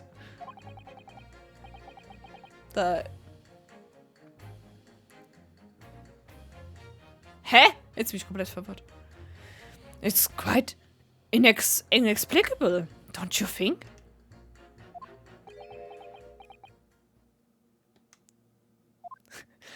I almost don't want to ask, but this surgery you've been muttering about all this time, you were operating on... What was the fellow's name now? Herrlich? No, Herrloch? No. Herrloch? Alter, aber jetzt sein Name zu... Alter, das ist... Weißt du, was ich gerade... Cumberbatching of Names. Let the Cumberbatching of Names begin. Und das Witzige ist einfach, dass Benedict Cumberbatch halt auch Sherlock Holmes gespielt hat. Und sie jetzt einfach Sherlock Holmes Name verkacken. Herrlich, dieses Peak. Herrloch. Herrlich, würde ich auch nehmen. Sherlock Holmes by any chance? Yes! Good Lord! It was that Herlock fellow! Nicht Herlock. God damn it, guys! What? You're the surgeon that operated on Sherlock Holmes. Oh, Mr. Holmes, sorry. That's right. Using the very latest anesthetic techniques, I might add. It was a fairly major OP, I can tell you. This is crazy. Close enough. Let me see. The fellow was brought in not long after midnight, if I remember correctly. They said he'd been shot by some criminal or other, so I opened him up like a shoot.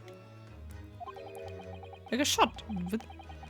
But the funny thing is, I went over his insides with a fine-tooth comb and wouldn't find the bullet anywhere. So, I'm afraid I had to throw up my hands and just stitch the fellow back up. Das war ein Durchschuss. Hä? Jetzt bin ich verwirrt. Die Jury ist biased. Ja, die ist extrem biased. Immer. I hate to state the obvious, but... Yes. Surely that's because the bullet is still at the scene of the shooting. The counsel for the defense is correct. As is clearly shown in this photographic print. The bullet at the Skulkin brothers fired at Mr. Sholmes hit him in the stomach region. Then exited his body and lodged into the shop wall where the calendar was hanging by the door. I think you'll find it's really quite simple if you just consider the problem three-dimensional. Ah! Who do you think I am, son? Well, Euro number 4 is about the best I can do. As soon as I saw the wound to the man's stomach, I flipped him over. Like a pancake? Really, what the fuck? Are you saying that you checked his back? Of course I did. And there wasn't a trace of injury. No sign that the bullet had left the body at all.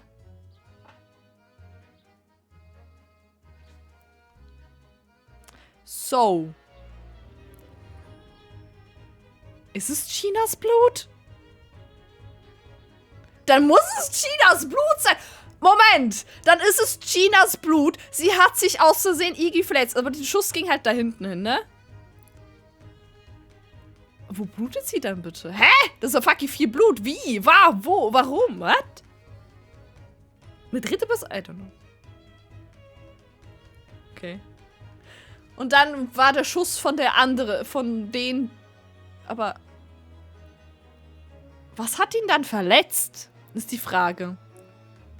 Dann war es ja kein Schuss. Was war es dann? Was hat Sholmes verletzt? Keine Ahnung. What? That's the point. The only logical conclusion was that the bullet was still somewhere in the man's innards. Which is exactly why I said about slicing him up. Aber es hat einen Knall gegeben. War der Knall die Lampe, die auf den Boden gefallen ist? Könnte sein. Maybe. And I'm still none the wiser, even now. How many times do I have to say it? Can somebody please explain how it happened? Can somebody please solve the mystery?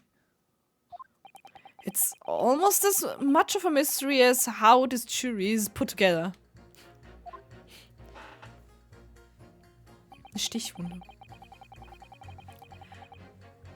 The mystery of where that bullet ends up is infuriating. Where's an expert when you need one? You know, Nummer 5 isn't...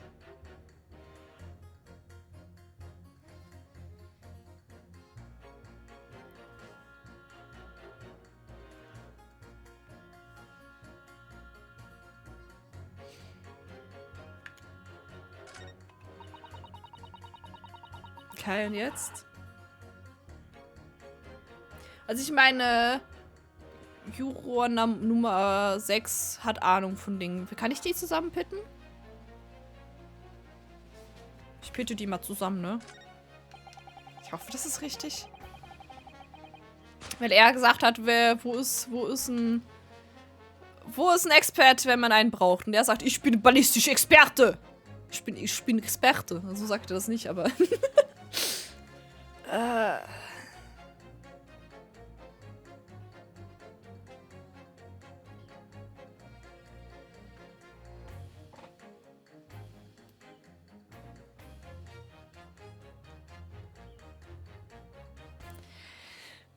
Do it, okay. Do they?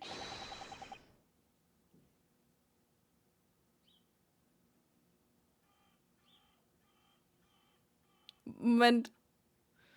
Okay, vielleicht. What? Those two statements clearly contradict the idea that all I do is pit jurors against each other. Moment, was? Was? Ich will nicht pitten, ich möchte, dass ihr einander hilft. Bitte, danke. Okay. Oh, a ballistic expert. Pitting. P-I-T-T. On the night in question, Mr. Sholmes was shot by one of the Skulking brothers. But since there was no sign of an exit wound on his back, we must assume the bullet didn't pass through him. However, no bullet was found lodged in Mr. Sholmes' body either. Furthermore, a bullet was found lodged in the wall of the shop where Mr. Sholmes was shot. Und das Game macht einen fucking Joke. Game ist so, what the fuck. Draw number 6. Hello, my name is Villain. Pleased to meet you. Okay, hello. It's apparent contradiction in the facts that is so clearly troubling Euro number 4. Are you able to explain the mystery? Die Animationen, das ist halt auch, wenn es Neues ist, ne? I have seen very similar situation in Motherland. Okay, hast du? Cool. Bei Villain. Es ist Villain! Yes. Er war's! Ich mein, was? Die Musik war. It was night, there was blizzard. I was running away along a mountain road in freezing cold. Also? Golly! And then snow was piling high on both sides of the road. It was very narrow and dangerous. My pursuers had hunting rifles and they were on dog sleds. Mental note, don't ask too many questions. I was shot from behind and I fell down in snow. And this situation was very similar to what I hear today from doctor. They could not find bullet in my body. And no sign of, how do you say, exit wound. Erstmal Berggeschichten erzählen, klar. Seine Fluchtgeschichten. Then where did the bullet go? Bullet never hit me.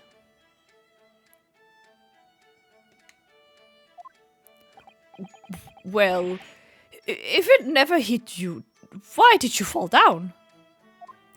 Bullet hit frozen wall of ice very close to my side. Oh?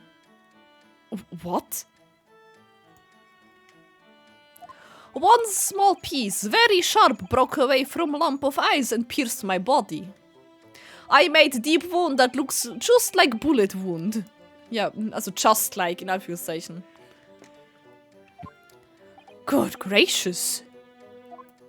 Of course, piece of ice quickly melted inside me. Mit Eis?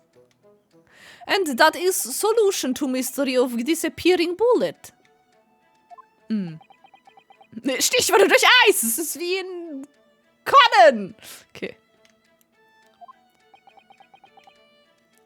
But that doesn't answer the question at all.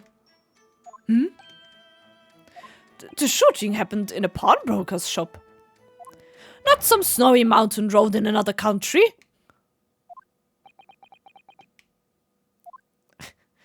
Just an idea, but we might not be looking at exactly the same scenario here.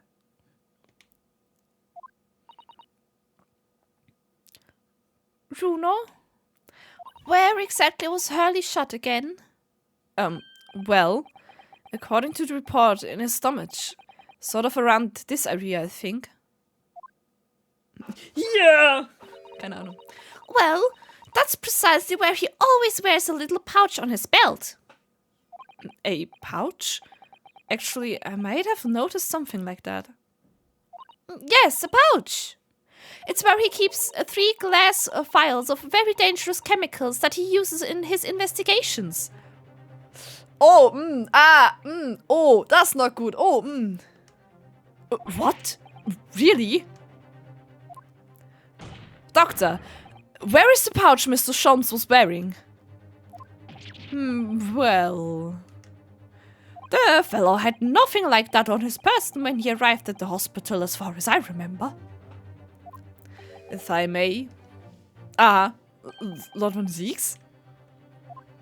While I realize it is forbidden for the prosecution to interject during a summation examination. Die Musik ist so gut. I should inform the defense that I have the pouch in question in the antechamber outside the courtroom. Sorry? As I understand, when the police arrived on the scene and found Mr. Sholmes injured, they removed the pouch in order to assess the wound. Oh, thank goodness. I thought I was getting forgetful for a moment. Since then, It has been in my safekeeping along with all other evidence relating to the case. I can personally vouch for the fact that it has not been touched since the incident occurred. Very well. While extremely unconventional during a summation examination, I must demand the prosecutions present the item in question with all speed. Bring forth Mr. Herlock Sholmes' pouch. Los geht's, Pouch! I see. Oh, eins der Vials ist kaputt. So, this is the pouch worn by Mr. Sholmes on the night in question, is it? Look at that! One of the vials is broken and the leather around it is scorched black. It's almost as if the vial exploded. Exploded? So, that night, the bullet from the Skulking Brothers' gun struck Mr. Sholmes' pouch. No, there was no gun at all. And it was the vial exploding that caused the fellow's injury? This bullet did not penetrate the victim, but was deflected into wall of shop. Was überhaupt eine Bullet war. Ja. A delightfully complex aroma. Ja, du, dein Wein ist okay. Well, it would appear one mystery has been solved at least. Yay! Though it has not bearing on the truth of this case. Maybe it does.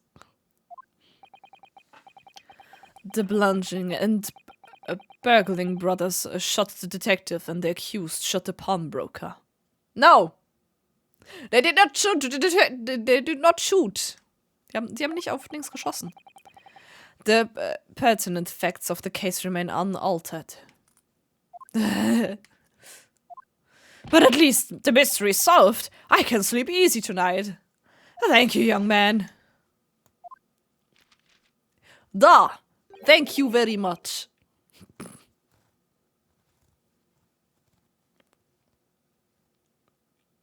Nee, denke ich nicht. Ich glaube, es ist schon Blut. Vor allem, weil wir ja wissen, dass China sich an dem Rad verletzt, an der Disk verletzt hat. Und das war grün. Das an der Wand ist auch grün. Schon Blut, glaube ich. Glad I could help.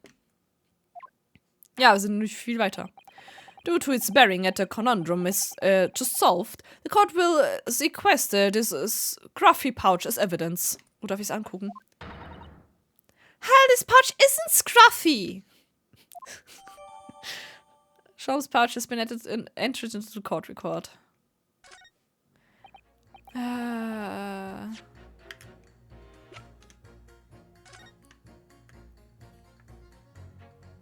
Oh! Guck mal da! Ah, da! Okay, er wurde... Hä? Jetzt bin ich komplett verwirrt.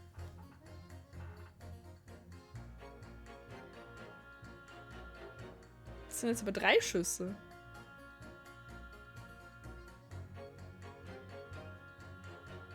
Es war ein Bullet! It's really scorched badly just here. Oh, the strap is broken, look! This must be where the bullet hit then. Let me see. Oh no, there is a bullet! I didn't see that. I'm so smart. Bullet! What the? Iris, look! Behind the... where the broken file was. Do you see it? Ah, that's... the Skulking Brothers bullet! Aber wie wurde er dann getötet? Jetzt bin ich bin... Hä? Moment! Es geschah! What a stroke of luck that it hit his pouch. This is an amazing discovery. What this means is...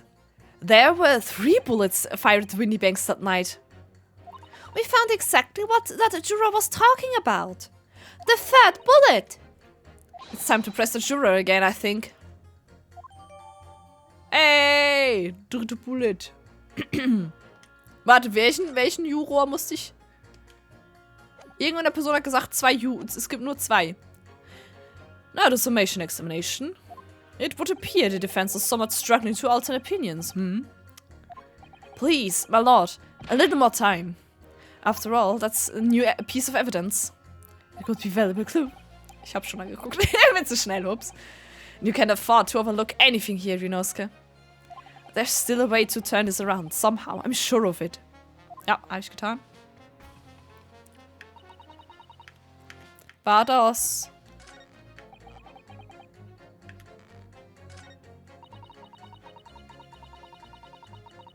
Muss ich das... Warte, wie muss ich das denn machen?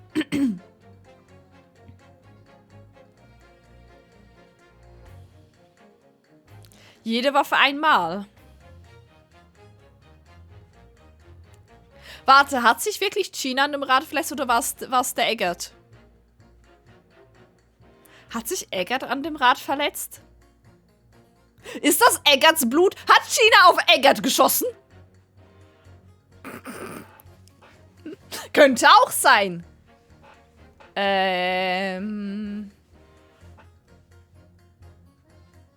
Einfach pressen, glaube ich. Warte, er ist da. Presse einfach mal bei ihr. Es muss eine andere Person auch da gewesen sein. Es muss irgendwo noch eine Waffe sein, ja. Frage ist, wo? It's the number of bullets that has you convinced. Only 2 bullets were fired and the 2 guns that fired them have been examined by the police. Also der Punkt ist, ich glaube, die haben sie nicht ballistisch untersucht.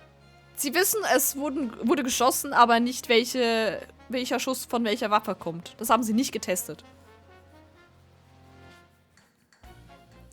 President ist immer korrekt aus, das ist Karma. Ja, das stimmt. Bei Karma ist immer so Penalties.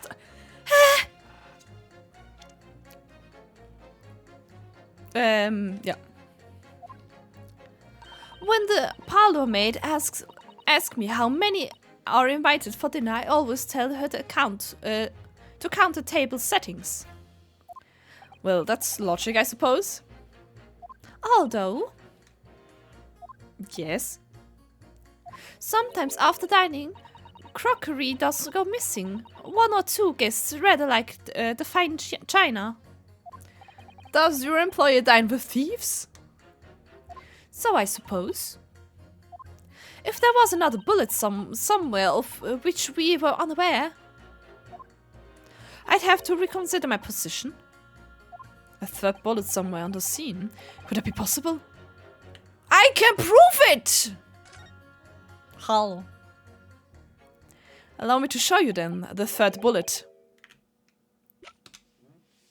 Sehr schön! Bam! Here it is. We discovered it just now. Punk. Yes, on the night in question in Windy Bank's pawnbrokery, another bullet was fired. Oh, die Musik! Hold it. Die Musik ist so gut. Die Musik ist so gut. What is this trickery, you Nipponese conjurer? Ich bin Zauberer! Ich bin was? Where did you find that bullet? Finger und Musik! It was lodged inside Mr. Shom's pouch. What? Ich mag den Blick. Ehrlich. This pouch was removed from around Mr. Shom's waist before he was taken to hospital. And since then, it has been touched by no one. Do you mean to say the shot fired by the Skulking brothers that night? Yes, as your lordship has surmised, it hit his pouch. But that makes no sense whatsoever. We already know the whereabouts of the bullet fired at Mr. Sholmes. It's clearly visible on the photographic print. So, wo ist die zweite angeschossene Person? Hä? Ha! 2 guns from the scene have already been submitted into the court record as evidence. Yes, that of Mr. Windybank and that belonged to the Skulking brothers. Du hast nachgeguckt. Was hast du nachgeguckt? Eggert hat sich geschnitten! Okay, Gina hat auf Eggert geschossen. Gut. Warum hat sie auf Eggert geschossen? Was war der? Warum war der da? Warum war Eggert schon wieder da? Was ist falsch mit dem? And examination of both guns revealed that only a single bullet had been fired from each. Ah! But that must mean... That's right. We now know that on the night in question, 3 bullets were fired. However, only 2 bullets were fired from the guns recovered from the crime scene. And until that incontrovertible, goddammit, Worte, inconsistency is somehow explained, we cannot and must not pass judgment.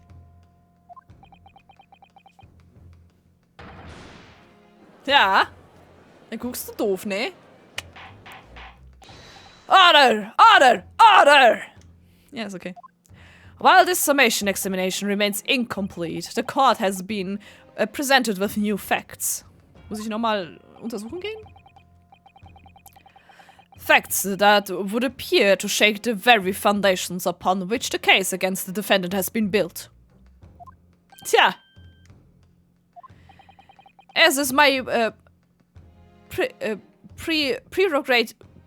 prerogative and in this situation, I hereby temporarily suspend the summation examination. By Jupiter! dass du Kontext hast. Tja! Ich habe auch immer Tagen gestreamt, wo irgendwie Leute nicht konnten, gefühlt. What? Bailiff! Bring the witnesses back to the stand at once. Okay.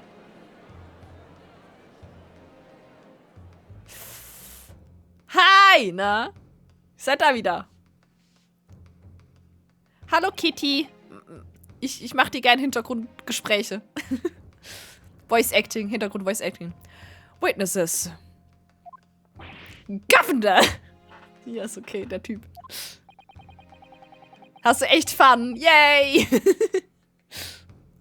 Ey, das ist der erste Teil von Chronicles, so. Were you listening to proceedings while the defense carried out a summation examination?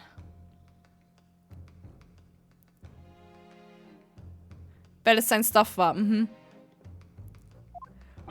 We was, Governor, we was! Also. Perhaps we can dispense with the tedious preamble.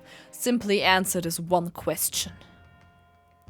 Doch, da heißt, also, echt? Wir wissen es nicht. Er hat sich so vorgestellt. Der Typ. Eggert Benedikt. Er hat sich so vorgestellt. Wir wissen nicht, ob das wirklich sein Name ist. I hate this game. I love this game. Yes. A third bullet has been identified at the scene of the crime. What do you make of that? Make of it, Gov? I don't make nothing of it. Nothing. Is it one of yours? Can't blame me, Gov. Can't blame me. Not a chance. In that case, did you have an accomplice? What? What? Never! Skulking brothers back alone. It's just the two of us. That's our trademark.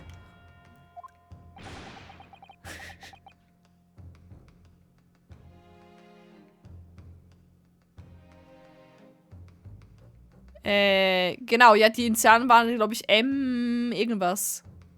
M irgendwas. Ich weiß es nicht mehr. Ich habe gerade es nicht mehr im Kopf. How soon we forget poor Skull ist Salki. Salki war übrigens der Inspektor nebendran. Ich habe den einfach gefragt, du gehörst jetzt zu uns. Der so, nein, please, no. Only 2 bullets.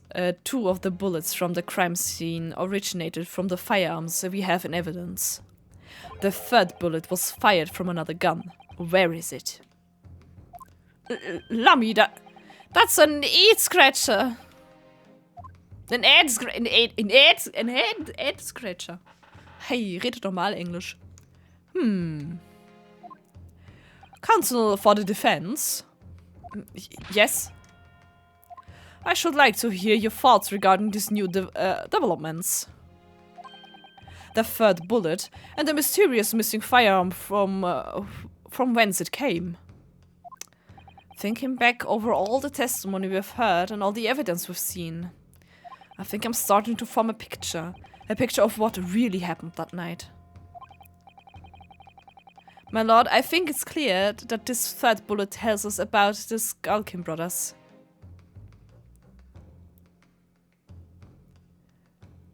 Ein Accomplice? Ich glaube, der hätte eine Secret Accomplice. Also das andere macht keinen Sinn. On that night at Windybank's pawnbrokery, the brothers must have been working with a third man. Then the witnesses are clearly doing their best to cover up the existence of this accomplice. But the evidence all points to the fact that there was someone else present. Someone carrying a gun. Gasp! Okay. Objection. Ja, du wieder.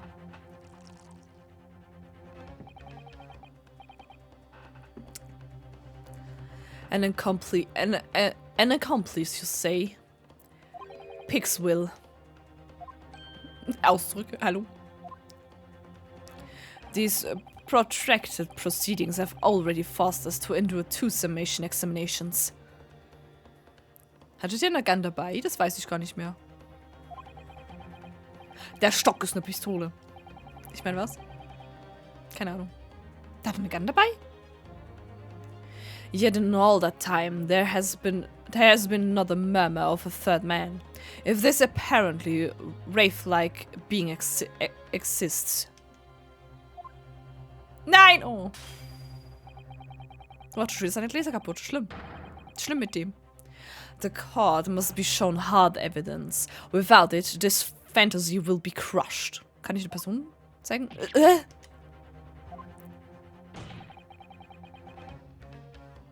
Ah, stimmt! Er hat uns bedroht. True. The prosecution demands answers on 2 counts. In dem Fall sind das schon 3 Gläser. Ich glaube, er hat schon mal 1 gegen die Wand geschmissen und 1 kaputt gemacht. Keine Ahnung. Genug. Firstly, proof. Evidence that this accomplice was ever at the scene of the crime. And secondly, the identity of this sprucious character. Skull Kings are lying, I know that. But how can I ascertain the identity of the person they're hiding? Well, counsel.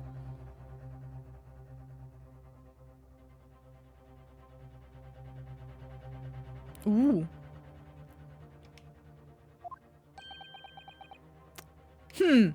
I'm supposed to prove the existence of this accomplice and reveal the person's identity even. In response to the prosecution's demands, my lord, the defense is...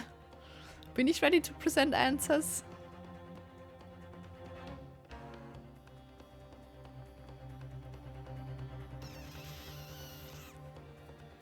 Ich meine, wir haben noch das Blut, theoretisch, ja. Is ready to present answers. Wir haben noch das Blut. Ich war gerade überlegen, mit was kann ich beweisen? Da war noch eine Person. Blut. Wir haben das Blut. The defense is ready. I believe I can provide all the answers the prosecution demands. So, my Nipponese friend. Despite the swimming eyes, you seem to think you have something to say. This promises to be interesting. Klatsch's Gesicht. Ich mag Ryu, er ist super. I have to push forward now. There's no other option. Ja, genau das Grün. I need to use every single piece of evidence available to me if it make a difference. Genau, das grüne Blut, das war's. Das ja von Eggert kommt. In that case, counsel, I would ask you to present the evidence without delay. On the night in question, in the moments leading up to the death of the victim, what proof have you that there was a third intruder present at the scene? Ich präsentiere das Ganze, ne? The evidence is right here, in this portfolio. By Jove, the portfolio again, is it? Das Setting beibehalten. Do you expect the court to rifle through your papers itself? Be more specific. Ja, ist okay. You claim one of those blood samples proves the presence of this third intruder. Well, which one is it?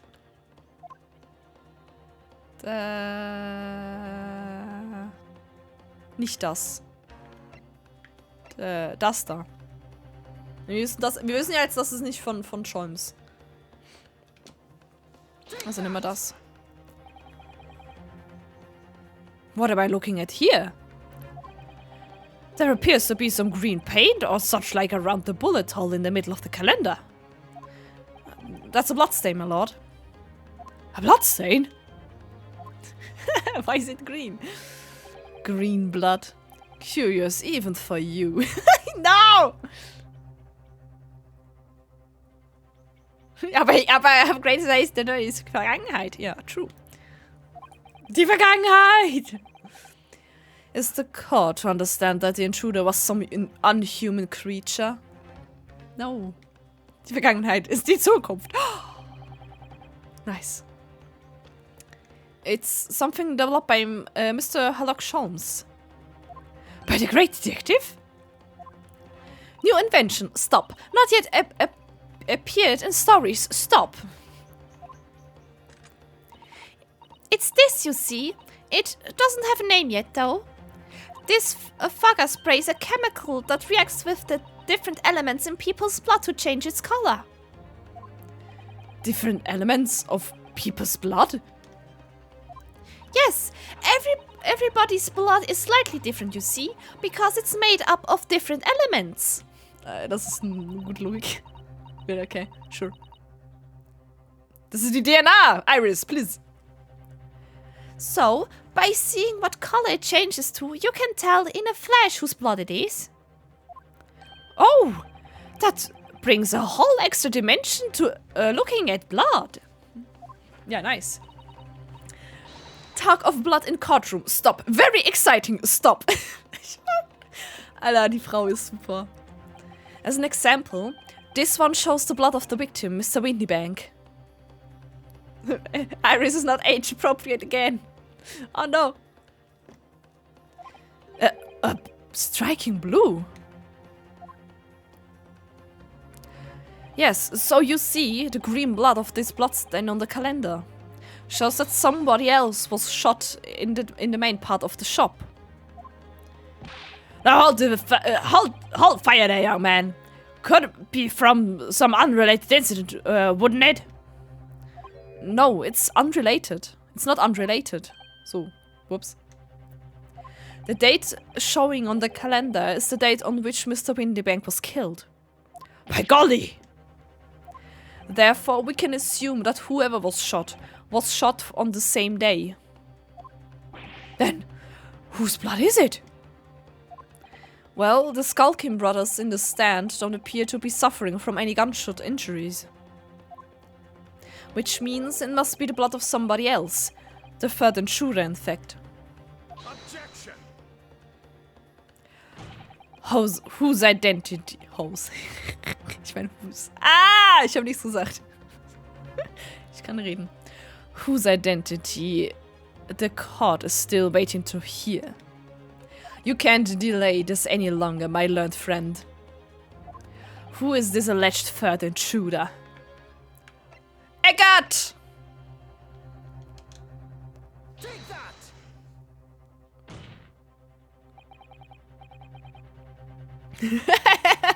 Nice! Instead of a hacker Twitch! No! Damn it. The man's name is Eggert Benedict. Eggert Benedict?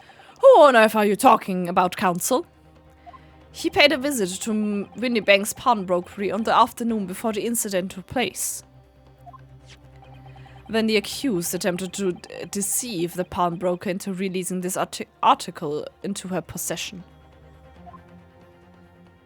Mr. Egg. That's right.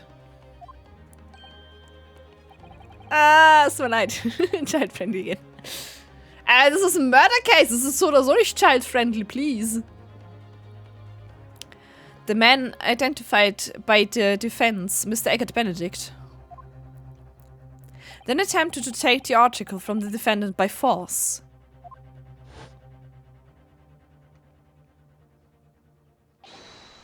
Hab ich den geredet? Ich hab's vergessen. Fuck. Oh, das ist bestimmt wie die Bank. Oh, ja.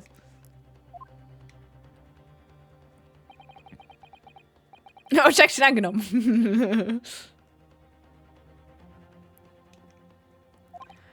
Ja, es ging um den Mantel. Und er wollte den Mantel haben, weil da drin eigentlich 2 Discs sein müssten oder so. Damit wir return it once.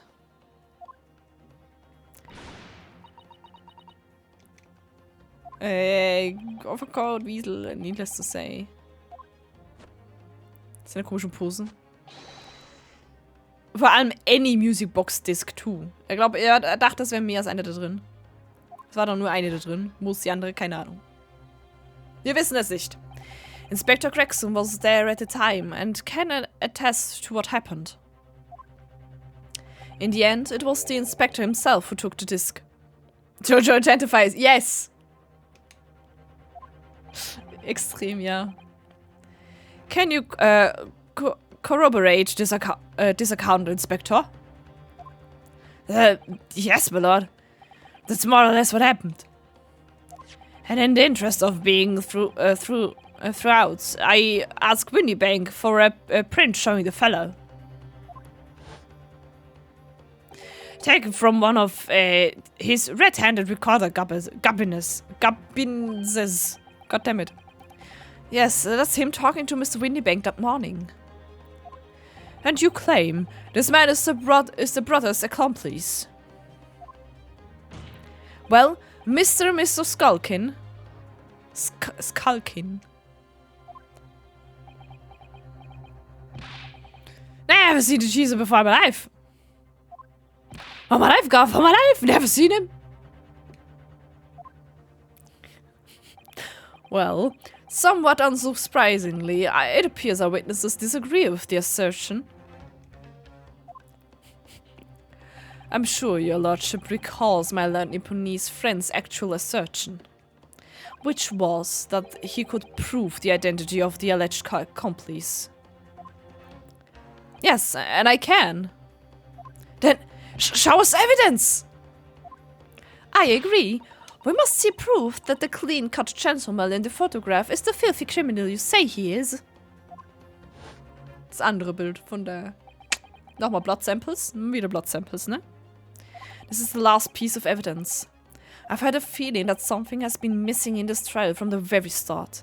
But now I'm going to drag it kicking and screaming into the courtroom. Ha! Muss ich nochmal das Blut nehmen? Oder einfach nur die Disc? Soll ich nachgucken gehen? Are you ready to present your answer to the court then, counsel? Eigentlich muss ich nur die Disc geben. Bitte nicht nochmal das Ding. Ich glaube nur die Disc ist okay. Yes, my lord. The defense will present the evidence now. Proof that the man pictured in this photographic print was in fact the person struck by the third bullet. Einfach. Oh, steht da, okay. The smear of blood is turned green when analyzed. Das steht da, gut, dann take it. Let's go! We can do it. As I mentioned before, on the afternoon of the day in question, the defendant attempted, deceitfully, admittedly, to reclaim this disc from Winniebanks. Which is when the aforementioned Eggert Benedict appeared on the scene, I believe. This man then attempted to purloin.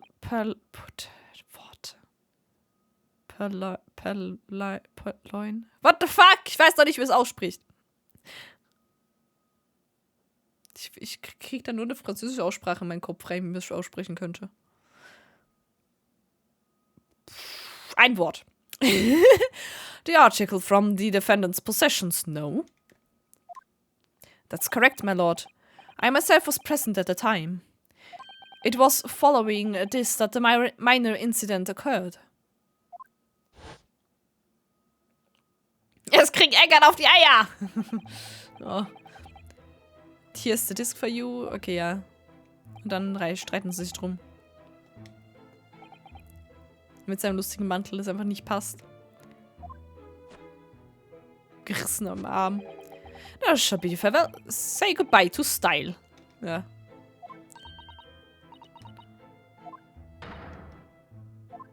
Haben sich drum gestritten. You've drawn blood, you filthy animal. Ja, genau da.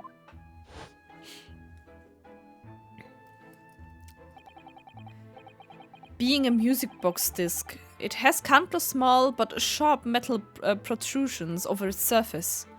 Those protrusions caused Mr. Benedict's finger to bleed. And the resulting smear of blood is still visible on the disc now. Goodness, a bloodstain, is it?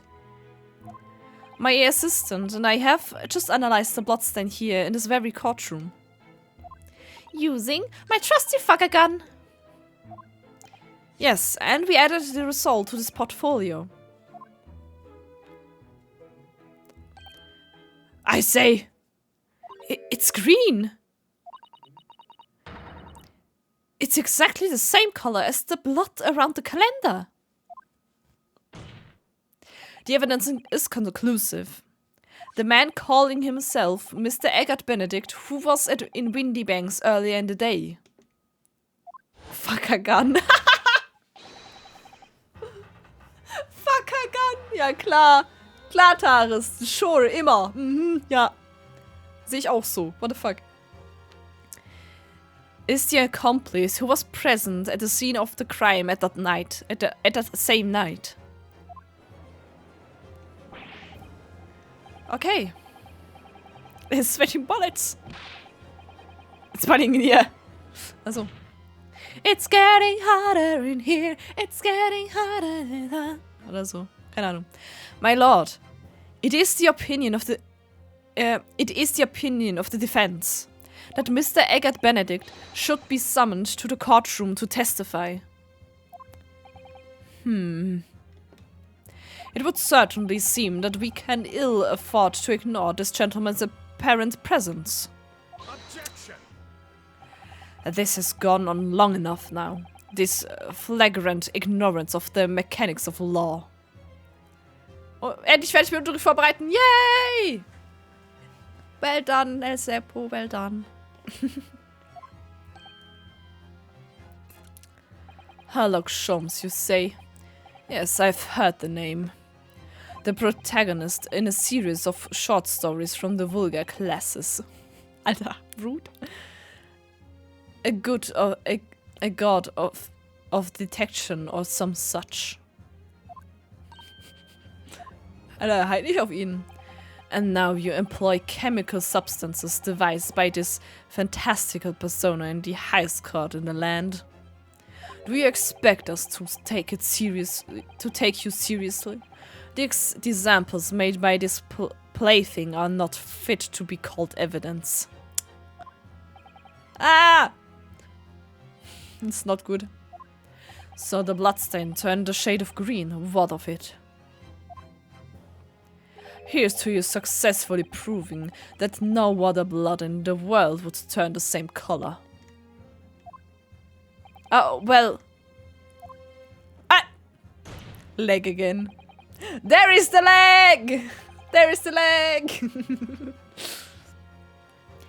And pray, do not even think of suggesting that we should take Mr. Sholmes' word for it.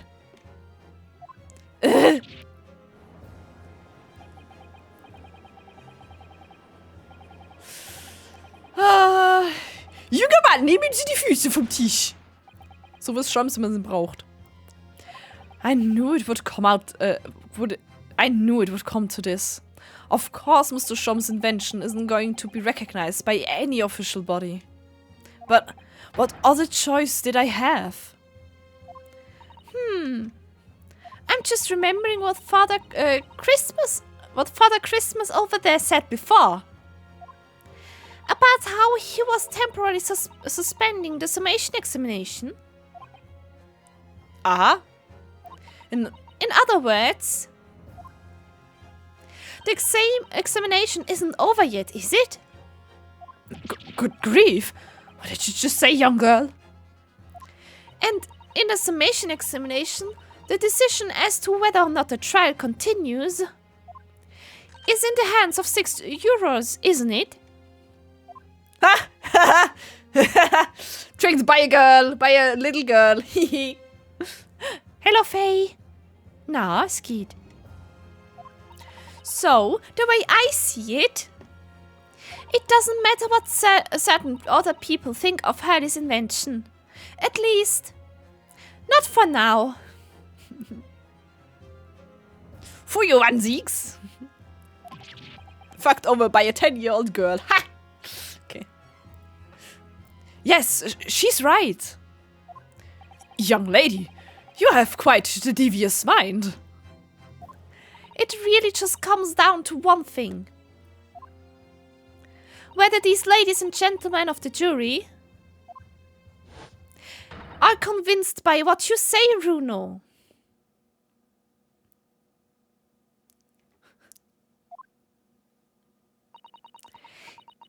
Is that about right, would you say? Or did I misunderstand something?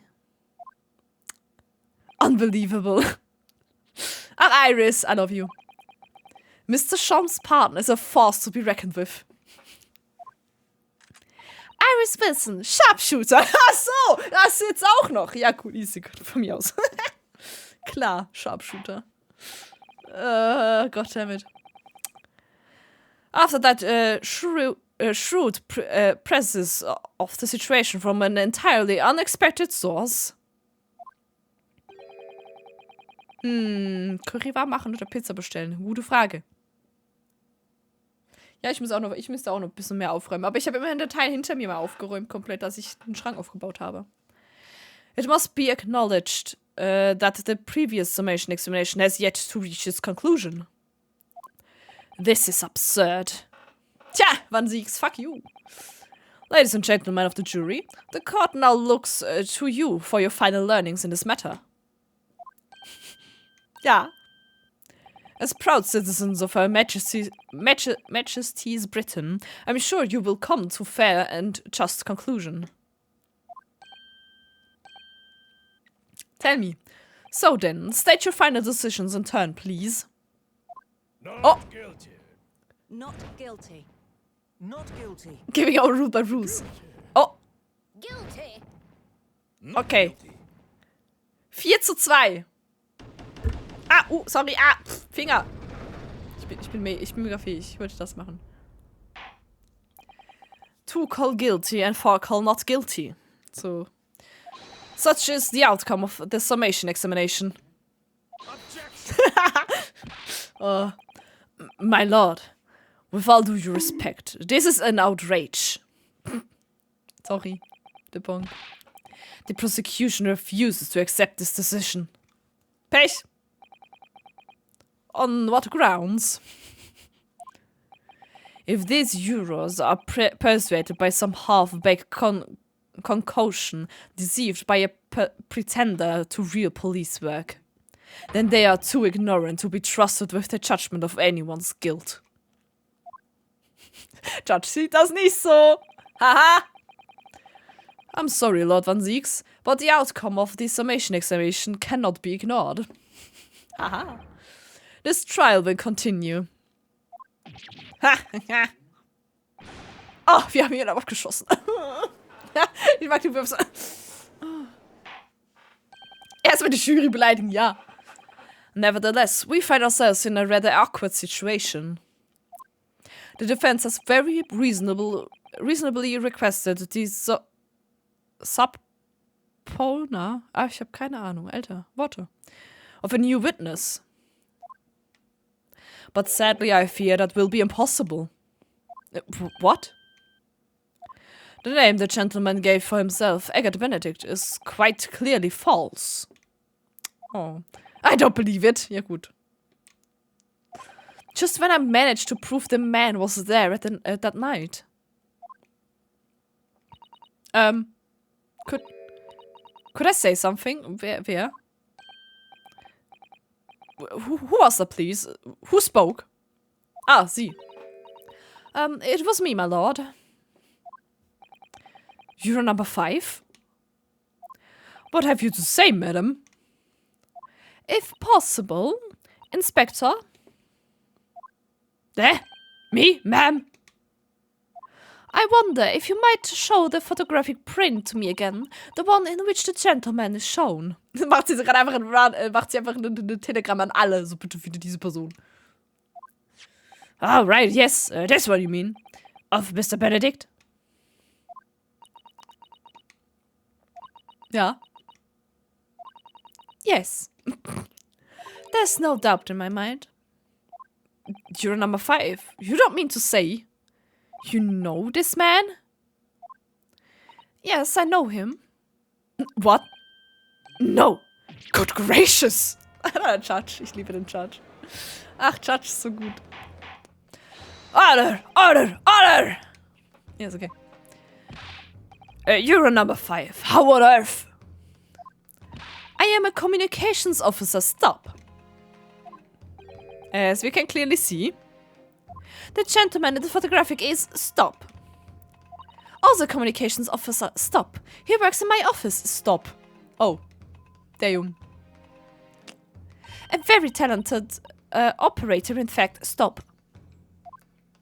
He should be in the communication station now. Stop.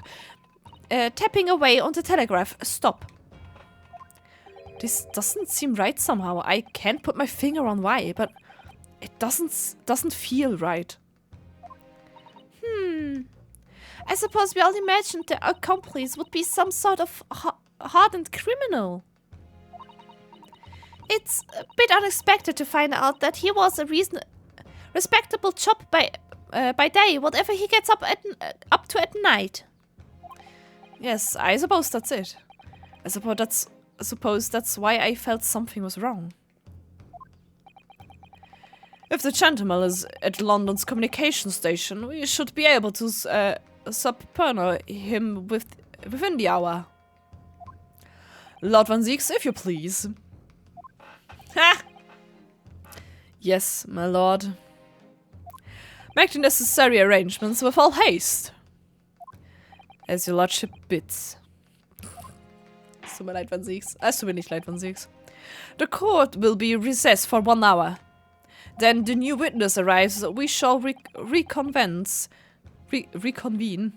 to hear the gentleman's testimony. Inspector Gregson. Yes, my lord. I should like to hear from you specifically about events at the pawnbrokery on the day in question. Come to my chambers during the recess. Yes, sir, my lord. Okay. Oh, very well. Court is adjourned until 1:30 p.m. Gut. Damn.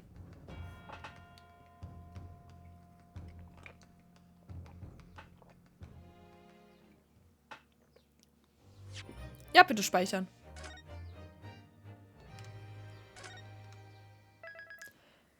Alter, wie viele Parts hat das bitte? Part 3 von Trial. Ah, nein, ich muss nicht nur mal speichern. Hab gerade gespeichert. Ups. Okay, 17. April, 12:41 Uhr. Die Old Bailey Defense and Chamber. Okay. Ah, Gina. How are you holding up? Ach, Gina. I'm starting to feel quite warmly towards her frequent cold shoulders now. Oh. Ginny! Are you alright? Why aren't you saying anything?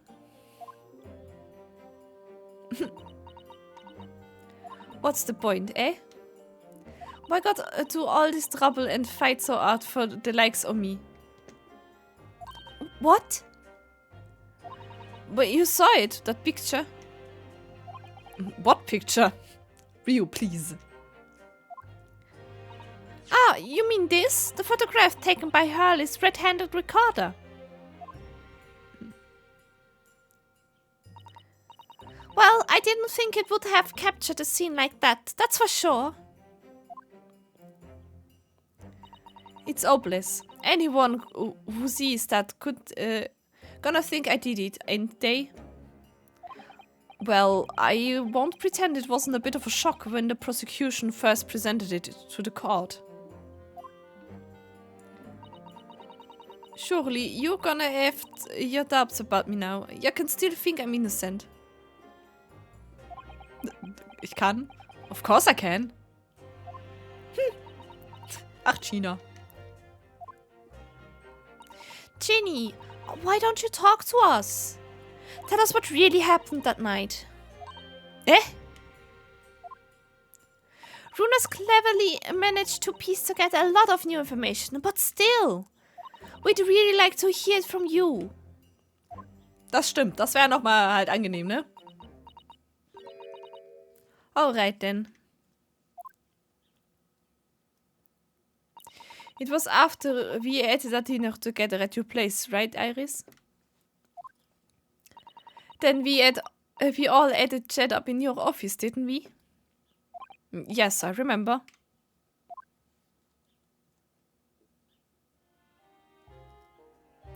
After that, I just couldn't get to sleep.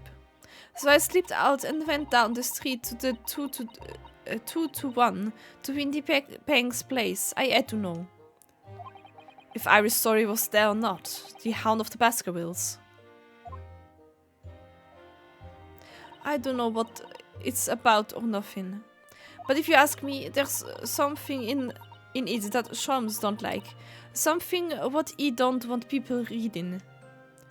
So that's why he lied to Iris about sticking it in lug with Windybanks for safekeeping. At least that's what I thought at the time. So you broke into Windybanks. I just had to know if it was there or not. I mean, I had no idea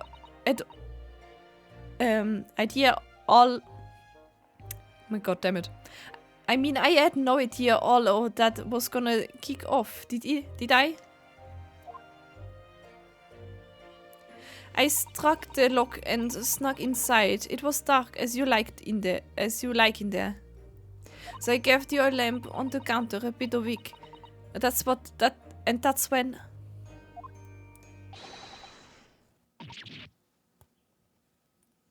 I nearly died. I did. And next thing I knew...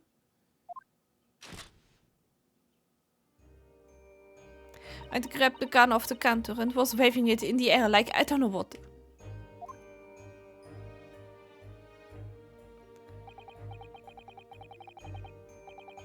Ich weiß nicht mehr, wie ich mit die Bank geredet habe. Kack. Ah, you're the girl who was in here this afternoon.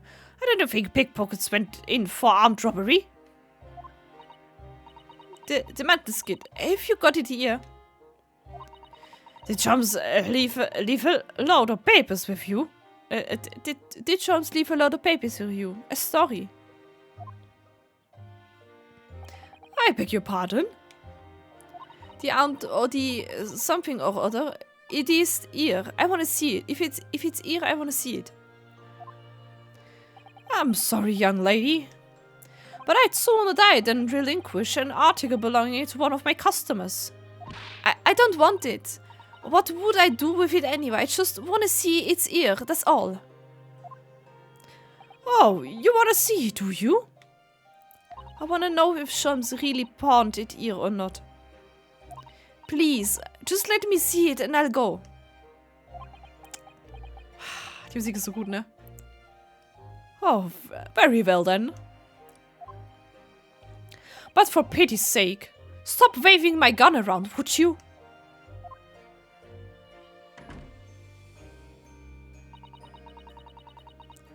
So then the old Goth unlocked the storeroom door and we both went inside. And it was there alright, the mental script. Shams weren't lying after all. You did all that just to check for me, Genie? Anyway, then there was a bit of a kick-up out in the main bit of the shop. The Skulkin brothers arriving on the scene, yes? What was that noise? Someone's breaking in. Dear me. Is there some burglars convention here tonight that I don't know about? A burglar convention. I think I forgot to shut the door behind me. Sorry. I better go and take care of it. Could I possibly have my gun back? Oh, well, I've come with ya and... Now don't be foolish, young girl. You must stay right here. Don't leave this room under any circumstances. And with that, he took the gun out of my hands and walked back out into the shop. I hung back in the storeroom, like he said, straining my ears in the dark to hear what was going on. It sounded like they got into a bit of a scrap. I started to think I should help, see? So I was just about to go out to the storeroom myself when... 2 Schüsse geflogen sind. Oder wie? I heard a couple of shots go off too, I think. Almost at the same time. And then there he was, right at my feet, lying face down on the floor. I was right next to the storeroom door, so I slammed it shut and locked it quickly as I like. Because I thought whoever had shot Mr. Windibank might come for you. Yeah, so I went to grab the old Goth's gun. I figured I put up a fight at least.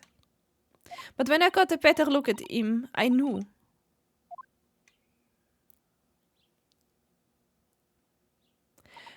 Windibank was a goner. Das ist auch heftig. Oh boy. Damn. I felt funny in me at all of a sudden, kind of dizzy. And after that, I don't remember nothing. That must be when you passed out, Gina. If I hadn't done what I done, the old Goth might still be alive.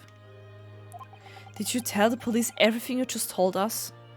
Of course I did, but they didn't believe a word of it, did they? All they said was, if I keep telling lies, I'd make things even worse for me. Oof. It'll be alright, Ginny, don't worry. Just stay strong a little longer. Runo's about to put the real culprit through the mill. That Goth, what was there in the afternoon? That Eggert Benedict?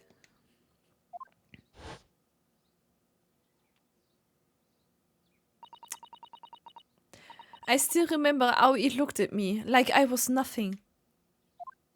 Alter, mega Wut. Ah, stop staring! He was there that night.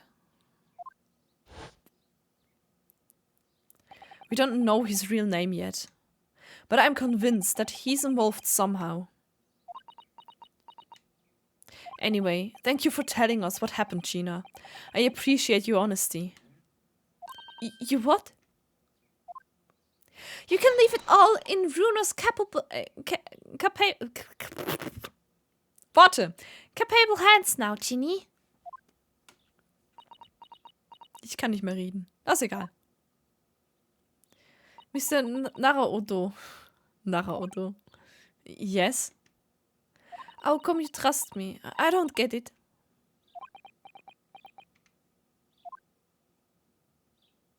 I mean, Have you forgotten what happened here before? Come on, it was only 2 months ago. Me and McGitted, we told you all Becco lies. And you got the buck trotter over with him, even though he was a killer. No, I could never forget that. Oh. I did what I thought was best at the time, but the pain of that error of judgment doesn't get any easier to bear. Still, don't forget that I also made you a promise. I told you that I'd be on your side to the bitter end, no matter what. But what if I'm lying? You could be working to get another killer off the hook for all you know.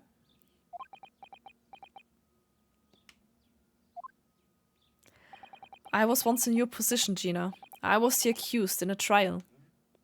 You were? Before I left Japan, I was accused of murder. And strange as it might sound, the circumstances of the crime were pretty damning.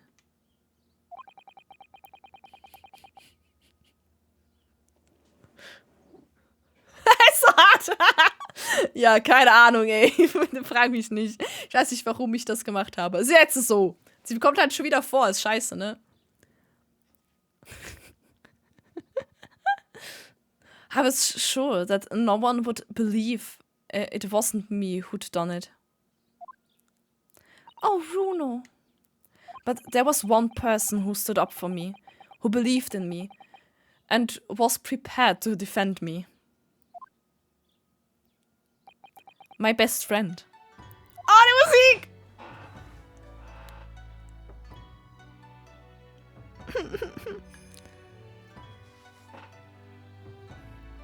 Ryunosuke, no one believes in you more than I do.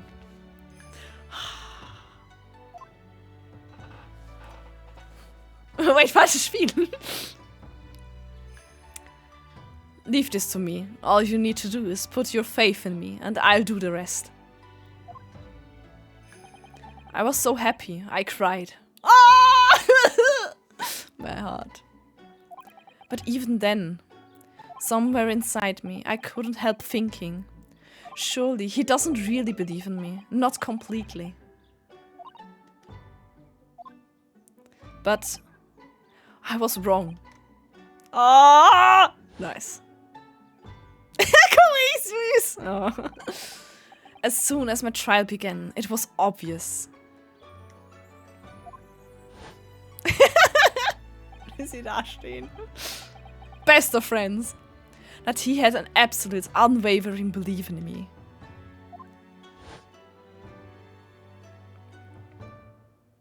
And in turn, I developed an absolute, unwavering belief in him. Oh no, this is so cute. Oh no.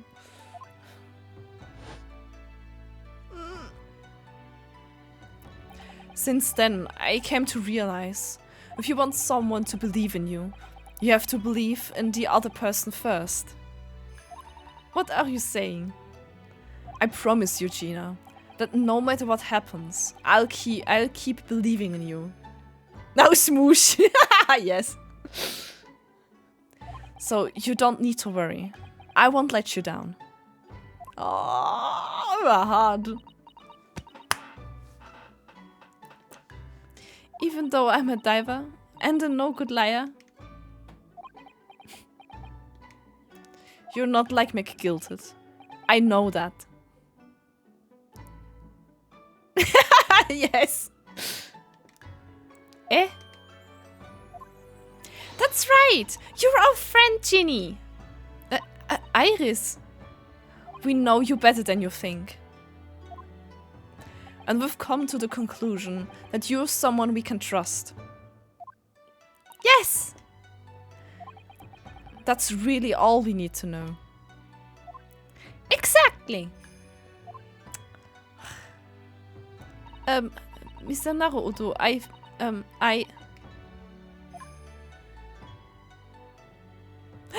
nein, sie weint! Don't cry! No! Defendant Gina Lestrade and her legal representative. Genau, so wird das ausgesprochen, nicht anders. Court proceedings are about to resume. Please head into the courtroom immediately. Oh, cry, baby! Yes, of course. Thank you. Oh no. Die Musik! Ich liebe es. Oh, warum ist die Musik so gut? Die Musik ist auch zu gut. Ah, herrlich. I've been both a defendant and a defending lawyer in my time. So I knew, only too well, just how hard it was to pull all your faith in another. And I also knew just how hard it was to bear the burden of another putting all their faith in you. Die Musik ist so gut. Alter, warum ist die Musik so gut? Das ist nicht fair. This is it at last. The final chapter. The final battle. Das werden wir sehen. Wish me luck, Susato-san. And I hope you're watching over me too, partner. Oh no! Ah, mir hart. Oh no. Kasuma.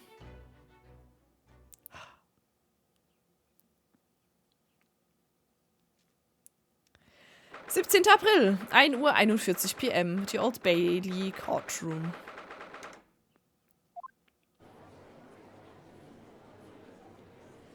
Ich glaube, ich schaffe uns aber heute nicht mehr fertig. Ich weiß es nicht. I hereby call this court to order as we resume the trial of Miss Gina Lestrade. Lord Van Zieks, have you successfully subpoenated the witness? Wie spricht man das Wort richtig aus?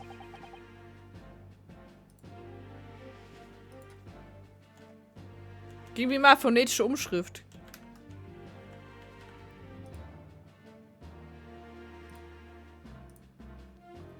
Subpoena. Das klingt irgendwie komisch.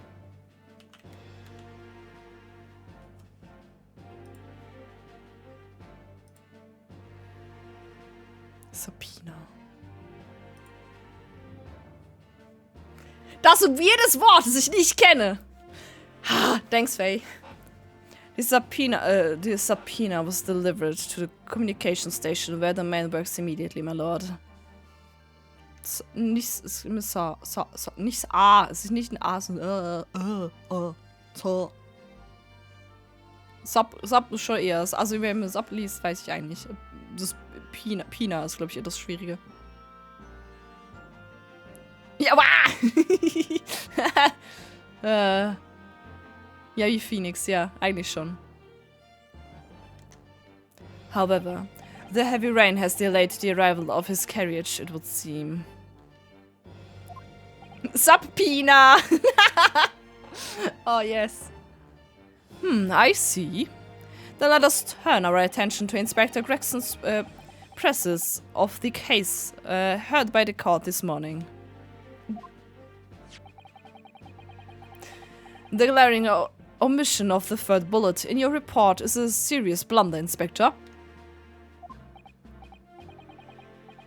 Das ist Peanut. Oh no. Am Peanut steht man anders. Hi.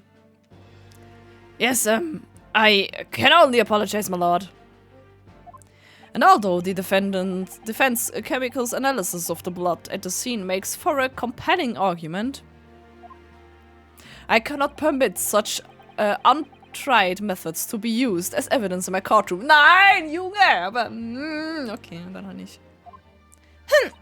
It's a big mistake to cross Hurley and me. A very big mistake. Oh. Sapinata!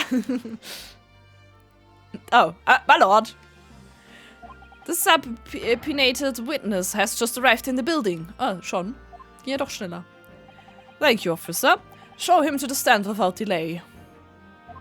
Mr. Eggert Benedict.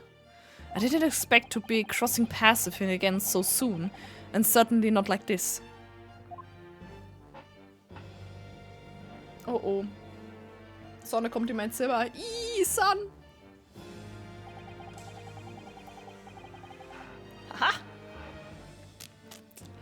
Thank you for complying with the court's subpoena at such a short notice, sir. Ich hab ich denn geredet? Ich habe keine Ahnung. Send help! Ich weiß nicht mehr, wie ich... Ah, fuck. But of course, my lord. As an upstanding member of London society, it is my pleasure to oblige. Keine Ahnung, ich rede ihn irgendwie. Der wird jetzt einfach die ganze Zeit die Stimme wechseln. Ist egal. Now, kindly state your name and occupation for the record. Ashley Graydon! Damn you, son! Ashley Graydon, Communications Officer. Ashley Graydon!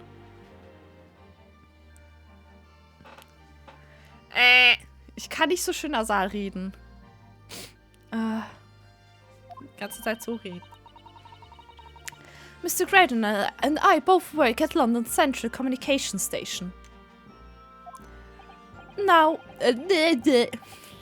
now perhaps somebody would kindly explain what all this is about. You were apprised to the situation by the court officer on your way here, I presume. Yes, I was. Something to do with a murder that took place at the pawnbrokers on Baker Street. And some nonsense about me having been there on the night in question. Wie kann man beweisen, dass er verletzt wurde? Wir poken?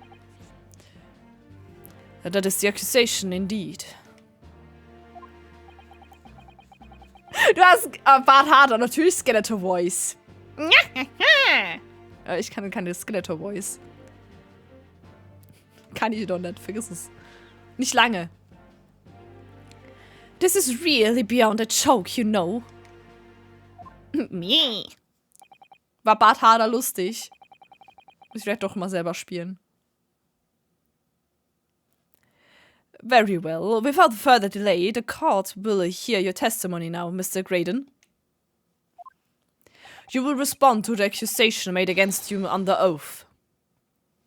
Ich weiß, dass es ein Bundle ist. Ich habe das Bundle durchgeguckt, was da drin ist. Hui! Was auch immer seine Moves sind, ich verstehe nicht. Gladly, my lord, gladly. Okay. Sure. Tell me your shit. Tell me your lies. Tell me all of your lies. Naturally, I have occasion to make use of pawnbroking services from time to time. But are you seriously suggesting I colluded with these thugs to break into the place on the night of the murder? Ja, es kostet nur 2 €. Das stimmt. I have no intention of admitting such an outrageous accusation. Even if certain parties here present claim that my blood was found at the scene.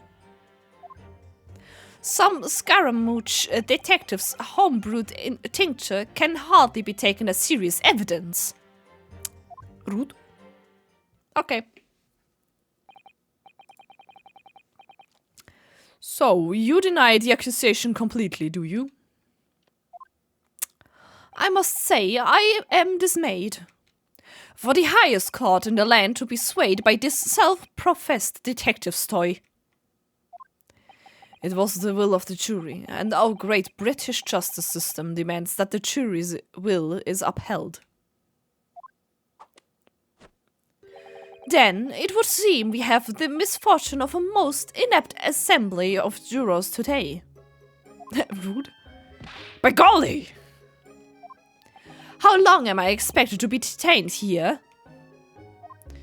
If following the defense cross-examination, your involvement in this matter has not been established, you will be free to leave immediately. Good. Then I shall be away in time for afternoon tea. Some small consolation at last. At least. Nicht last, least. Goddammit. Let us not hold up Mr. Graydon any longer than necessary, counsel. Proceed with the cross-examination. So, we meet again, Mr. Eggert Benedict. Or is it Mr. Graydon? My apologies, you are... Ryonosuke Naruhodo, Defense Lawyer. We have met. Alter Name besser als neuer Name, yes. If you say so, Ashley Graydon, enchanté. Enchanté! Okay. So. Danke für den Hut. Darf ich den behalten? I trust we can conclude this quickly. But I'm not holding your flashy head while we do. Ein Hut gewonnen. Ah Gott. Pressen wir einfach mal wieder auf alles. Muss mal mehr trinken hier.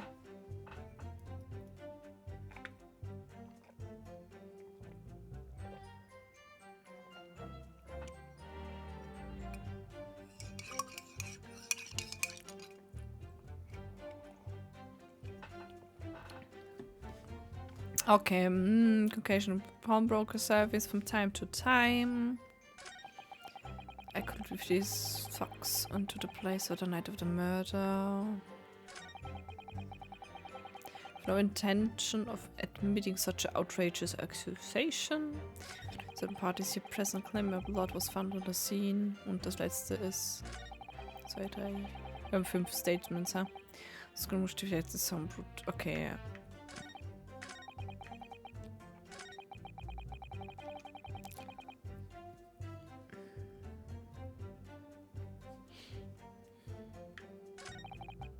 Wir pressen einfach mal wieder alles.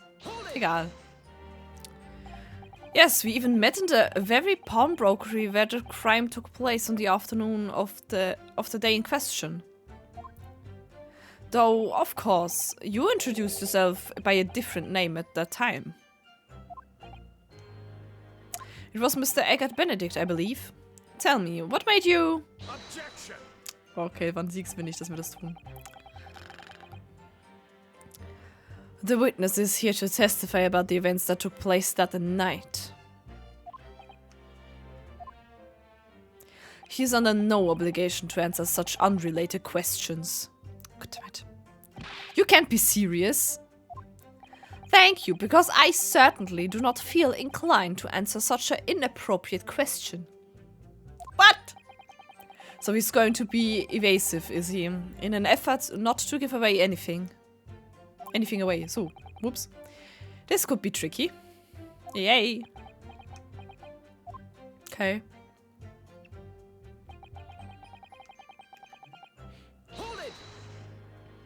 Have you seen these 2 men before? Despair? No. I don't associate with criminals. Said by a man who introduced himself as Eggert Benedict. I'd like to know who I have to thank for this. Who made this outlandish accusation against me? Me. The young lawyer there in black. There in black. This is a farce. Hui! Whose idea was it to permit an outsider to work in a British court anyway? Well, needless to say... Is he flying? Ja, bestimmt. Völlig losgelöst. Ich meine, was?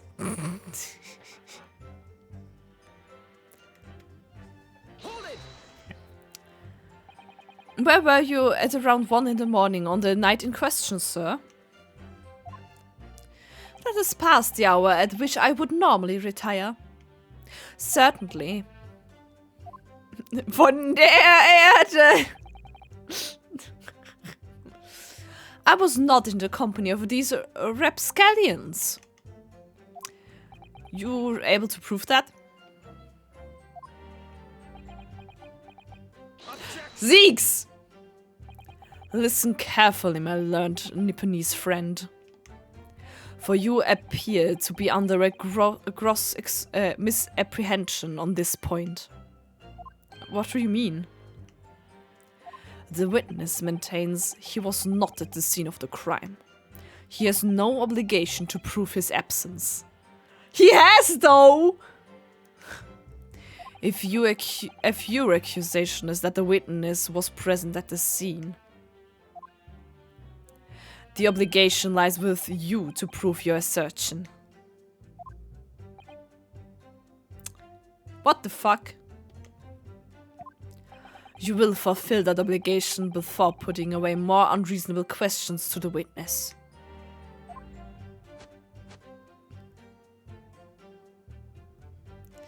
A silent victory wiggle. Thanks. I hate it. Okay.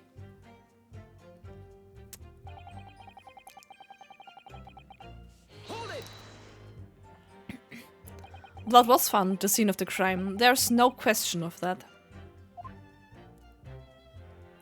Mr. Shom's chemical analysis has positively identified the substance as such. But I'm not the only human to have blood running through my veins, am I? Extra for me, extra. I hate him so much, yes. How can you be so sure that the blood is mine? It could be equally the blood of one of these two miscrants.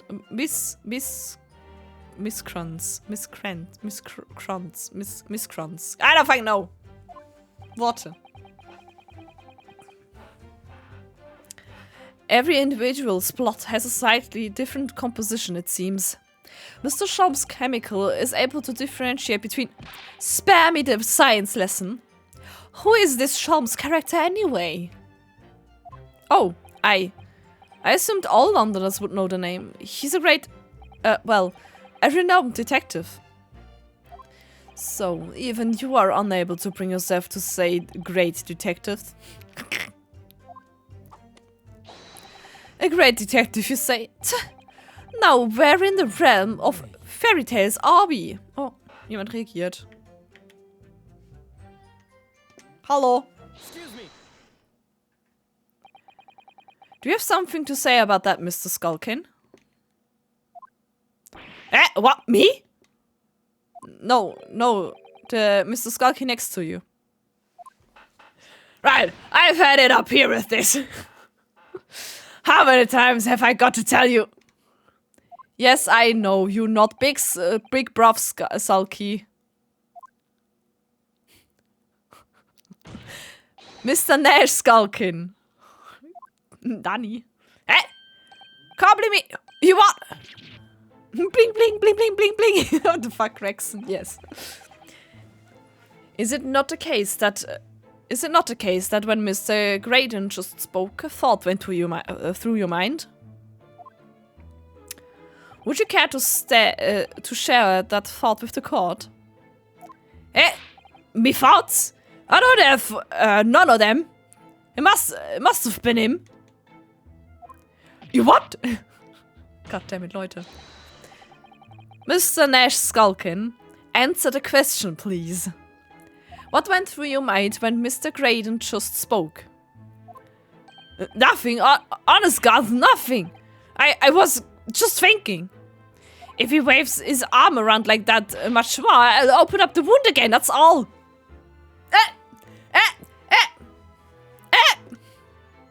What wound?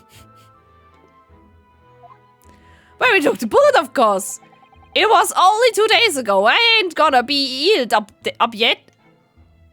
So it was well, you know, it was worrying for him and... Oh, well, bells! Mr. Graydon, did you hear that? What? Open up the wound? Your comrade is worried about you, it seems. On account of your injured arm.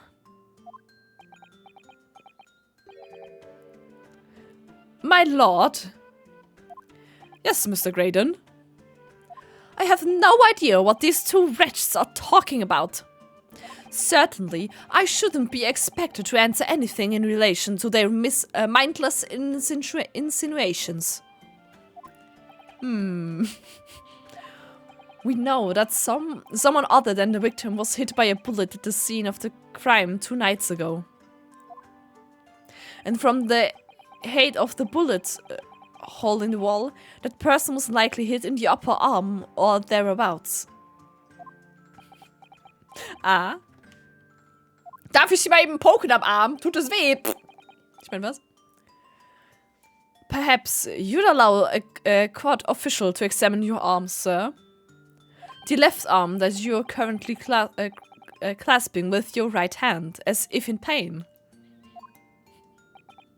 You wanna? You don't wanna? No, I refuse.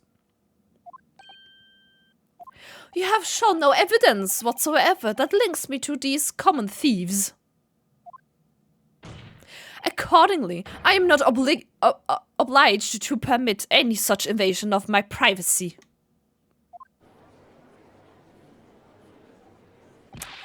As I've already said, I'm completely uninvolved in all this.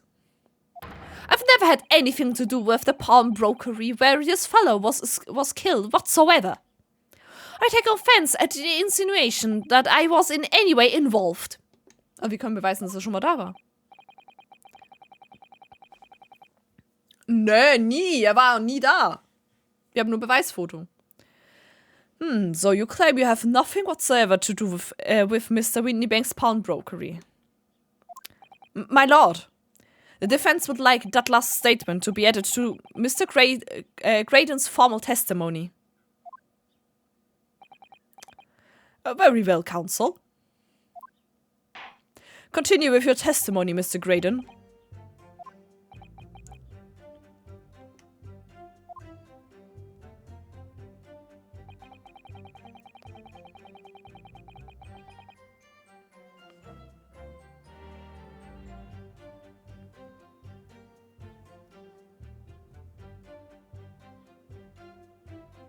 Muss das jetzt?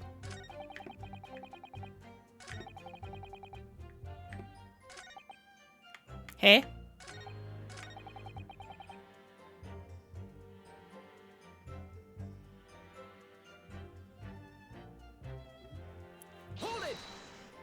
Addet das jetzt nicht dazu? Hä? Warum addet er das nicht dazu? Ich bin verwirrt. Sollte er das nicht dazu adden? Hat er nicht gerade gesagt, er soll das dazu adden? Warum hat er das nicht geaddet? Hä? Ich bin verwirrt. Don't forget, sir, that Mr. Sherlock Holmes is the most famous detective in the world. And the most famous detective in the world tells the truth, the whole truth and nothing but the truth. Aber warum hat er das nicht gemacht? Oh no. I can't think how to answer that. I once saw the world's most famous swindler thrown into jail. Nee, hat er nicht. Ich habe gerade geguckt. He allegedly told the truth, the whole truth, and nothing but what turned out to be a pack of lies. Quite, now. As you are no doubt aware, the central communication station in the heart of this country's information network. My work there is of paramount importance, and you have kept me from it for long enough already. Hä? Ah, doch, da. The bottom line is I've never had anything to do with the pawnbroker establishment when I was killed.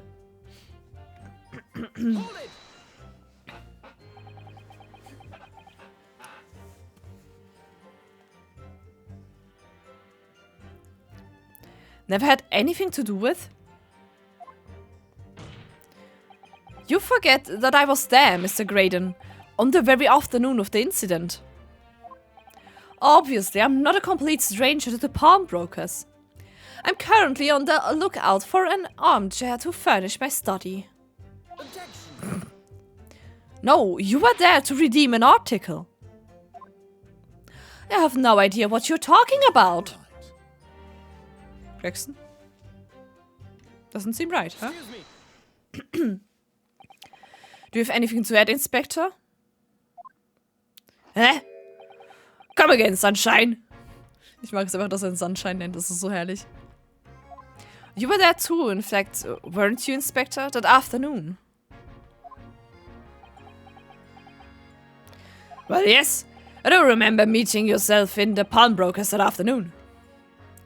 Your young Japanese assistant and the accused were all present, as I recall. And at that time, this witness, Mr. Graydon, was trying to acquire an particular article. Well now... I'm afraid I don't remember too clearly. God damn it. What? But you must? I'm not going to lie to pretend that I remember something that I don't. God damn it. What's going on here? Rexy showed us a picture before, didn't he? You know, from the cameras that Hurley installed in Windybanks. Yes, of course. Indeed, and the gentleman pictured bears a striking resemblance to the witness, I must say. Exactly, which proves that Mr. Graydon was in the shop on the afternoon in question.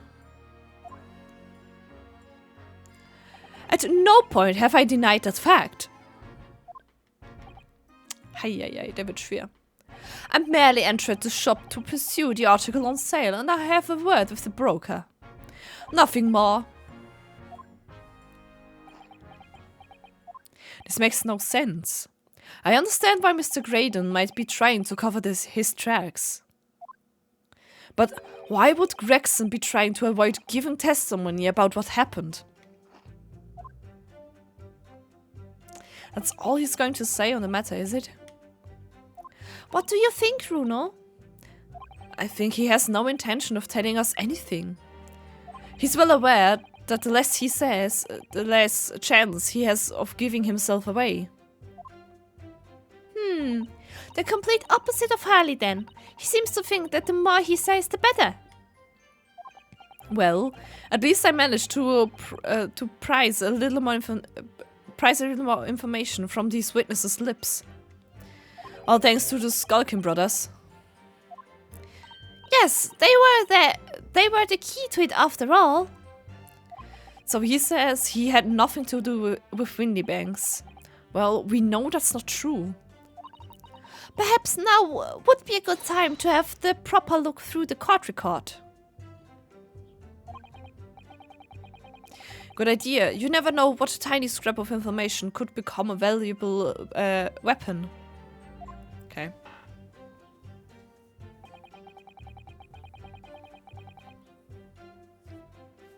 Ups, ich hätte vielleicht...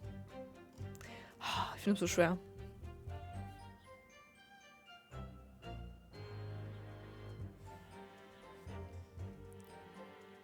Muss ich irgendwas noch untersuchen? Ich habe eigentlich alles untersucht, ne? Also, was mein Punkt ist, oh, bei welchem kann ich sagen, dass er doch irgendwann mal da war, nicht nur zum Gucken, ist, ich habe immer noch die Disk, ne? Muss ich das dann bei dem? It had anything to do with the pawnbroker's establishment where the man was killed. Und wenn ich da die Disk nehme.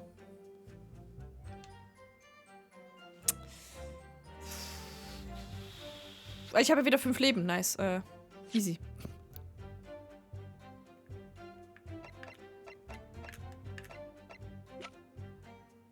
Bin ich blind? Da.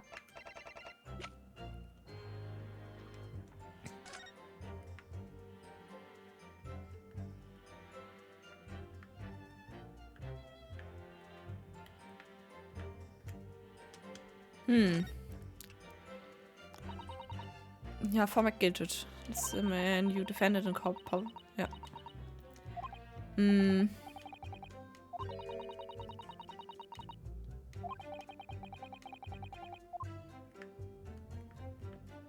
Wir wissen, das Blut da... Das hat anything to do. Also wir wissen, dass er das wollte. Und das ist sein Blut da drauf, ne?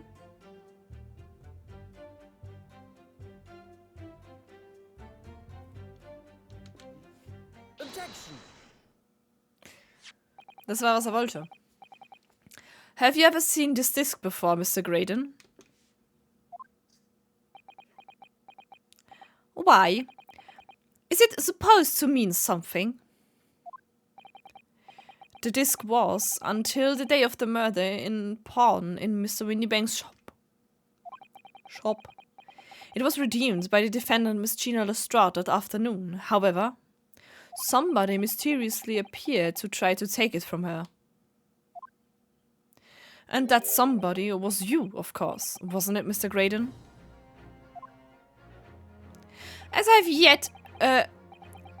I have reiterated numerous times now, you are mistaken. That was not me.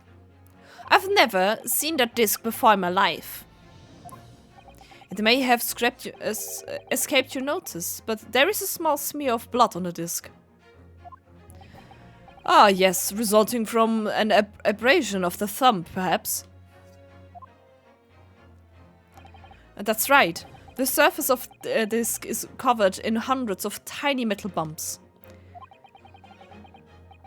In the skirmish to acquire the disc, the thumb of the person who tried to take it suffered minor lacerations. So, while the disc bears the remnants of that skirmish in the form of this smear of blood, the thumb of the person in question must bear the remnants also in the form of a scratch. Good gracious, indeed it must. Mr. Graydon, you refused to allow a court officer to examine your arm before. Are you now going to refuse to allow us to examine your thumb? Because I have no doubt that it bears a small scratch consistent with the smear of blood on this disc. Well, well. It would seem I underestimated you. What the fuck? What is the meaning of this? So you admit it now? You admit you have a scratch on your thumb from when you attempted to take the disc from the defendant?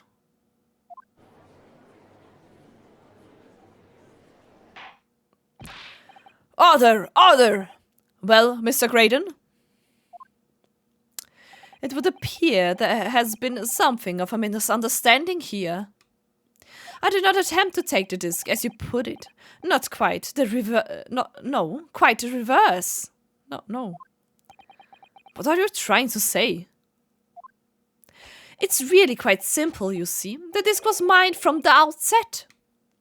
Is there some crime in taking an item that you own out of pawn? What? Alter. Das war mühsam. It would seem, Mr. Graydon, that in this piece of evidence my learned friend has established a link between yourself and the incident. Accordingly, you will tell the court everything you know about this disc now. As you wish. Though I'm quite sure it has nothing whatsoever to do with the pawnbroker's murder.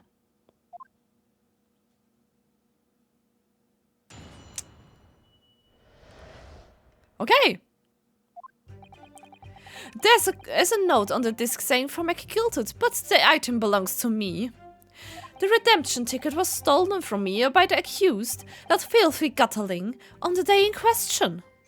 I proceeded at once to the shop in order to explain my situation and redeem the article. In the end, of course, the disc was taken by the police. In other words, I had absolutely no reason to break into the shop later that same night.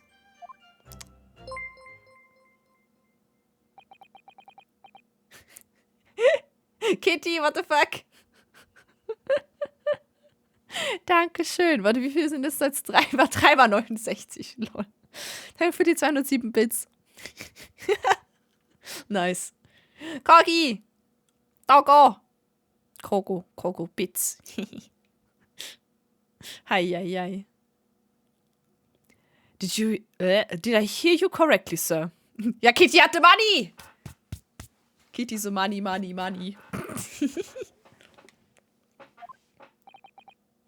Kitty will irgendwann das Emote. Ich sehe schon. McGilted, you say? The famous London philanthropist? Who burned it to fire. who perished in this very courtroom 2 months ago after being acquitted of a distinctly messy murder. Dramatische Musik. Hi. Haben eigentlich alle zugestimmt wegen Raid heute oder noch nicht? Das ist eine Frage an die Leute, die im Raid sind. Yes, my lord. The one and the same. Good lord, Mr. Graydon. Are you saying that Mr. McGilton and yourself were acquainted? Yes, that's correct. Ja, jetzt vertraue ich ihm viel mehr. Nicht. Order! Well, I certainly didn't expect to hear that name uttered here in my courtroom again. According to what Sheena told us, this disc was placed in pawn on that fateful night 2 months ago. McGilton himself gave instructions to deposit it at Windybanks. It's funny that Mr. Graydon here is claiming the disc belongs to him then, isn't it? Alle haben reacted. Gut. Ja, ich müsste das... Ja gut, ich könnte schon gucken, aber... Gut. In all likelihood, he's lying. So he appeared that afternoon at Windybanks in order to get his hands on McGilton's disc for some reason. Ja, wir mussten McGilton verteidigen. Obwohl es ziemlich klar war, dass er nicht trustworthy ist. Er war der Mörder. Wir mussten ihn verteidigen, mussten ein Not Guilty haben. Haben wir noch Not Guilty bekommen und er wurde in einem Omnibus verbrannt. Das war eine lustige Cutscene. Kann man Cutscene-Sigi nochmal angucken? Ich habe eine Frage.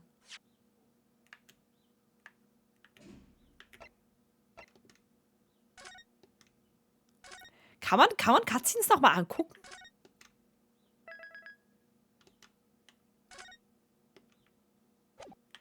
Ich möchte das kurz gucken. Warte, das ist wichtig. Jetzt gucken. Ich gehe gleich wieder rein. Ja, nochmal speichern.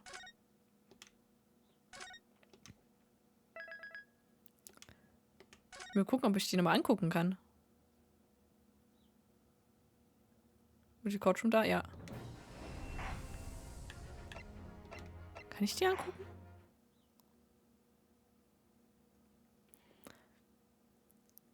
Yes.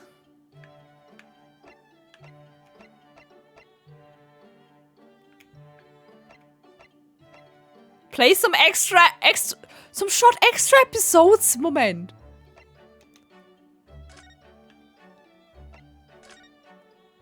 Okay, das sind ich jetzt.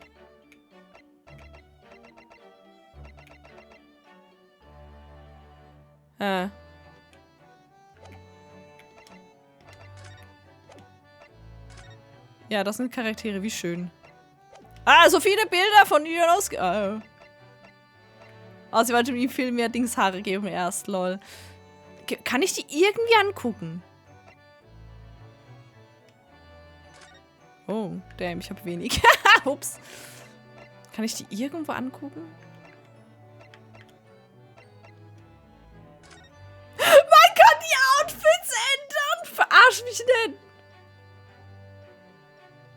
Moment.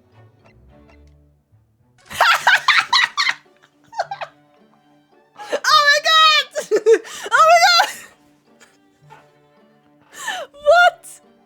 Das ist ja mega geil.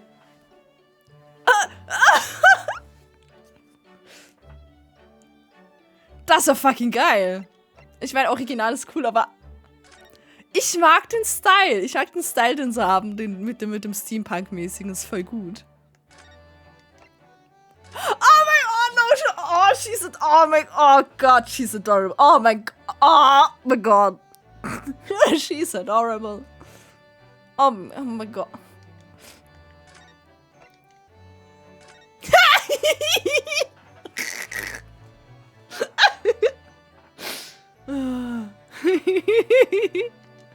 Das war das. Sein Outfit ist viel zu cool. Sein Outfit ist viel zu cool. Das für den zweiten Teil einfach ändern. Nee, ist okay. Ich wollte eigentlich gucken, ob ich das nicht irgendwo angucken kann. Kann ich das wirklich nicht irgendwo angucken? Das ist nur Change, ha? Huh? Okay, ich kann sie nicht angucken. Schade. Ich dachte, ich kann es richtig angucken. Können wir uns nochmal zeigen. Aber nee. Ja, er wurde da umgebracht. Probably. Wir sind nicht sicher. So. Counsel, you will commence your cross-examination, please. Ich bin übrigens froh, dass man nach jeder Frage speichern kann. Oh ja, und wir sind kein Sherlock. Ja. True. Er hat ihn aber manchmal nicht auf. Also, das ist wenn er immer draußen am Rumlatschen ist. Warte, ich muss mal kurz gucken. Wenn er draußen am Rumlatschen ist, hat er den Hut auf.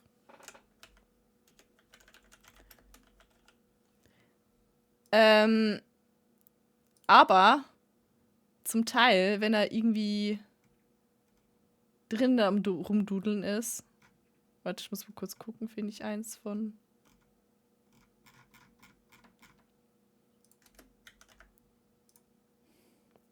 Finde ich eins davon. Ist eigentlich mega nice. Finde ich ein Bild davon. Goddammit, Sherlock. Herlock. Scholms.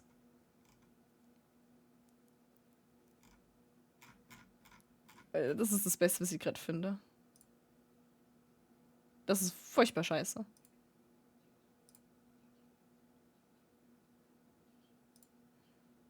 Ja, das ist gut. Moment.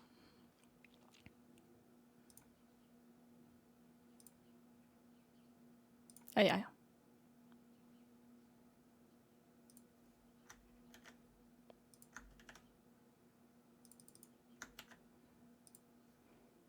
Da. Das ist, wenn er drinnen rumläuft ohne seinen Mantel. Dann hat er einfach so ein mega schickes Ding an, ne? So mega schicke Weste. Und ohne Hut. Und dann like, oh no, he's hot! Er hat so eine tolle Frisur. Ich finde es selten, dass er meistens einen Hut auf hat. Er ist toll. Er ist supi. So, aber so sieht er normalerweise aus. Total not alert. Yes, very much. So.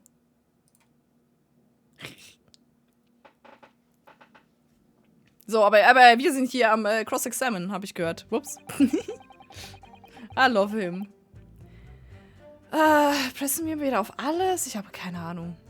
Back to Evil Hattie. Oh no.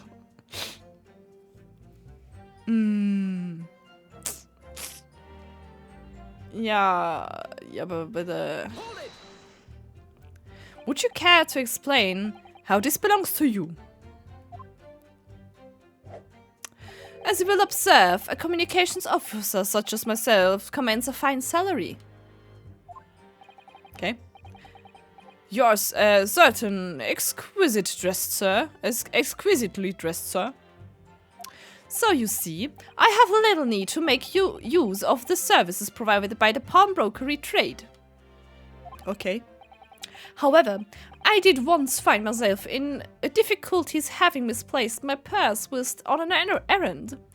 Which is why I pawned my fine black overcoat to the brokering No, you did not. You claim that was your overcoat? Obviously. And in my haste, I clean forgot that the music box disc was in its pocket. Bist du sicher, dass das ein Mantel ist? Dein Mantel wäre nicht voll mit Blut von Mason. Hast du Mason umgebracht? Aha? And yet, there is a note on it that reads for McGilted. I am a collector of rare and unusual music box discs. I first met Mr. McGilted at a gentleman's club in the city and was interested to discover. Mason ist von dem dritten Fall der Tote, das Victim. Also, McGilted hat Mason getötet. So. Und wir haben McGilted verteidigt, dass er kann es nicht gewesen sein, obwohl es ganz klar ist, es kann nicht anders gewesen sein, er muss es gewesen sein, so. Gina war leider auch da. Gina wurde geblackmailt von McGilted. Deswegen ist sie so ein bisschen so, ja, keck. that he shared my penchant in that area. So, the disc in question? It's a pre-production sample. I promised to let McGilted hear it. But then you forgot that it was in the pocket of the overcoat you were forced to pawn. Yes, exactly. Gina didn't mention any of that in her testimony 2 months ago, did she? No, because McGilted had threatened her to keep her mouth shut. Which means that if we dig too deeply here, it's going to expose Gina's pre-jury.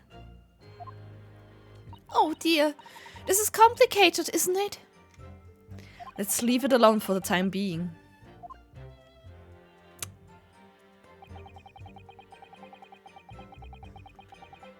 Hold it! So you're saying that Mr. Strahd lifted the ticket from your pocket or bag? That's right. Despite being mindful of danger when walking into the insalubrious areas her kind frequent. Objection! Mr. Strahd did no such thing. Well, of course you wouldn't take that stance, but the girl is a regular offender. You came to the pawnbrokery that day prepared with all the information you needed to identify the defendant. You were looking for her. That's what brought you to Windy Banks. To get your hands on Mr. McGilded's disc. Objection! My learned friend is a veritable fond of nonsense. Nonsense? I concur with the prosecution. Counsel, you will refrain from conjecturing in this way, is that clear? God damn it. Yes, my lord. Then I will continue my testimony for what possible use it can be. Ah! Okay.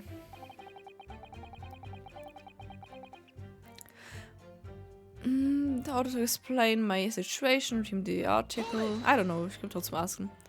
Had you ever been to Windy Banks before?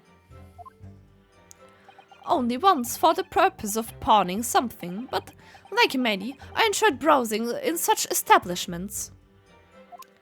So, when you noticed that the pickpocket had taken your ticket, you chased after her, is that correct?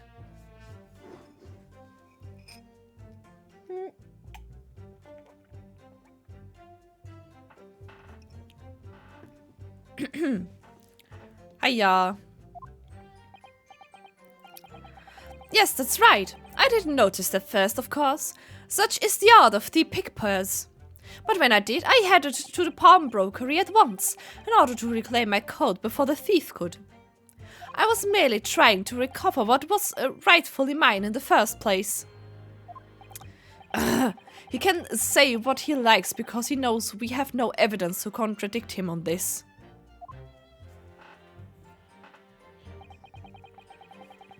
Ja.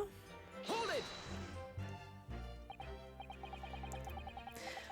Yes, it was taken by Inspector Gregson here, wasn't it? That's right. This was the very man. Apparently the police are collecting anything that has a connection to McGilded as evidence. Oh. Hi. Excuse me. Is something wrong, Inspector? What do you mean? The last remark Mr. Graydon made in his testimony seemed to trouble you in some way. No. No, it didn't. It's nothing. Leave it alone. Sehr suspicious. He's kinda sus. Let me ask you this, Inspector. Why is Scotland Yard gathering McGilded's possessions? I can't tell you something like that, Sunshine. What is it, Inspector? Investigative secrets? Yes, exactly. You should know all about that. Magnus McGilded, who died so unexpectedly after his trial 2 months ago. A man renowned throughout the capital for his great contributions to public life. Yet he had a dark side too. Where are you going with this, Van Zieks? I suppose the police are dealing with the aftermath of his nefarious activities, are they? That's enough! Coppers like me have duties to carry out that we're not at liberty to talk about. That's all you need to know. Duties conferred by the Lord Strongheart, I presume. Ja, ich vertraue dem auch nicht ganz. The Lord Chief Justice appears to have great faith in you, Inspector. Die Pommes! The bottom line is, if you want to get more out of me, you're gonna need Lord Strongheart's palm print first. Great. What's all this about? It's like there's something going on between Gregson and Lord Van Zieks here. They're gonna fight. Fight, fight, fight, fight, fight. Well, it would appear that the inspector has revealed all he is at liberty to reveal. Mr. Graydon, let us return your testimony.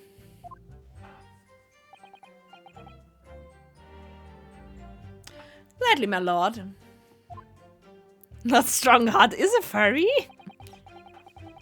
Ich meine, kann ich die Person angucken? Nee, kann ich nicht. Schade. Kann gerade keine Person angucken.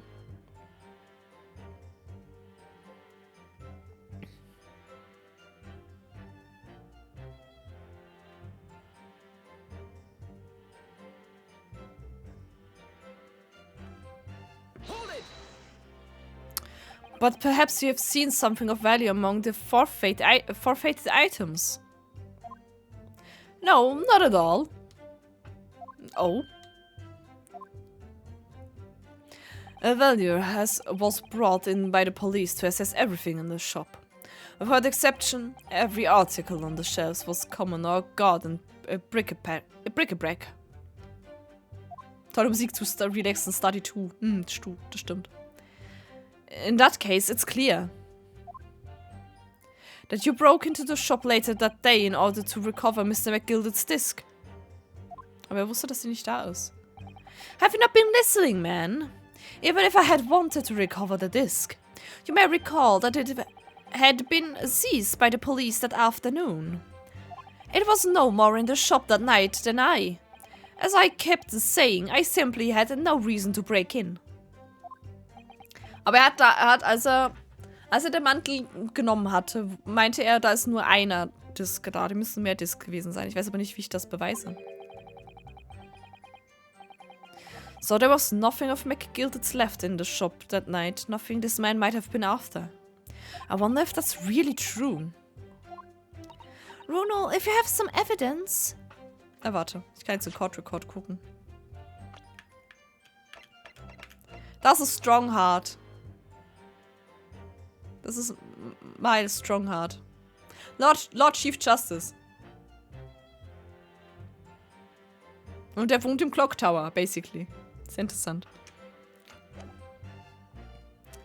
Habe ich Evidence?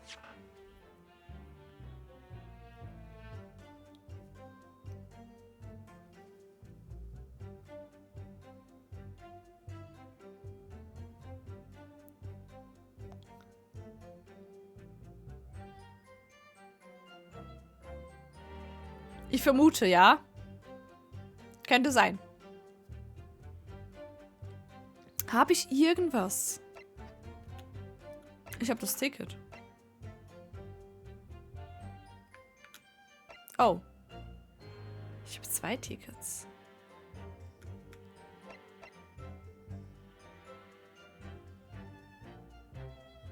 Aber wo präsente ich das denn?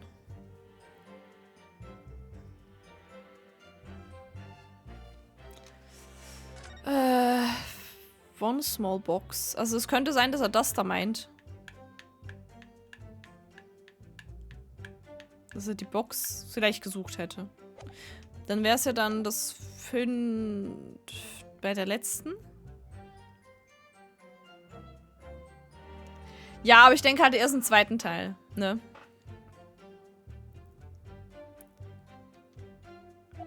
Then let him have it. I'm dying to see that irritatingly assured expression of his grumble.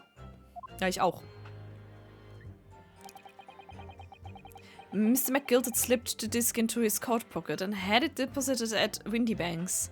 Then, when he realized he was going to be arrested on suspicion of the omnibus murder, he threatened Gina and forced her to take the redemption ticket. Ah, stimmt, das andere Ticket war auch im Mantel drin, ne? There's no doubt about it. That witness is lying through his pearly white teeth. The police were obvious after anything left behind by McGildet as well. That's why Inspector Gregson ended up taking the disc into custody that day. But Grexy being very strange about all this. There must be a reason for that, I'm sure. I just don't know what it is.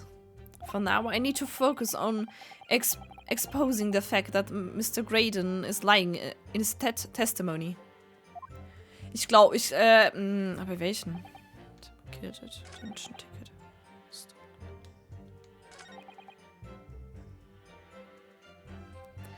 Wo präsente ich das? Don't the shop redeem my article. Of course, the disc was taken by the police. Absolutely no reason to break into the shop later that same night. Und das da noch.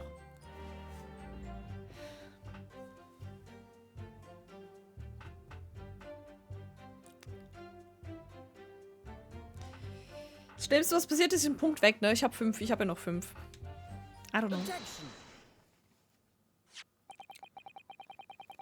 This disc was deposited at Windybanks on Magnus McGilted's instruction. You knew that, and you went there with the intention of obtaining it for yourself. Objection.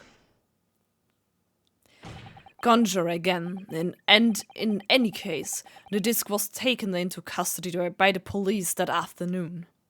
The witness had no reason to visit the pawnbrokery again that night. Objection. Sorry, my learned friend. But that's not true. Okay, ich glaube, es war richtig. What? Mr. McGilted had another article in pawn at Windybanks. As this second pawnbroker's ticket proves.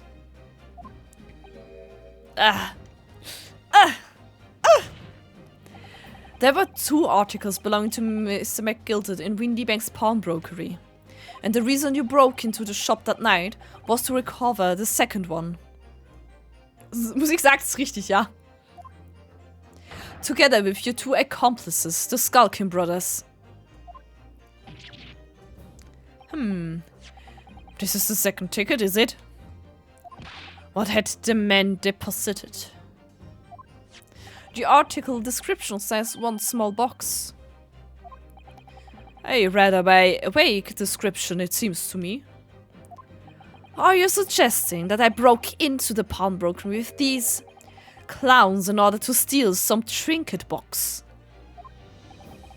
Ich glaube, er dachte halt, da wären mehr Zahnräder drin, ja. I believe there are adequate grounds to suspect that you did. This is absurd. Why on earth would I do such a thing? Once the article had been forfeited, I could simply walk into the shop and purchase it. There would be absolutely no need for me to resort to theft. That's a good point. Indeed, the witness makes a solid argument. So that means that for some reason, this Graydon fellow needed the small box that very night, does it? Objection. Hey! It's time to put an end to this nonsense, my lord. Could you be a little less cryptic, Lord von Zieks? I do hate to ruin my learned friend's argument, but the truth is quite incontrovertible. On the night in question, no small box was taken from Windybank's pawnbrokery.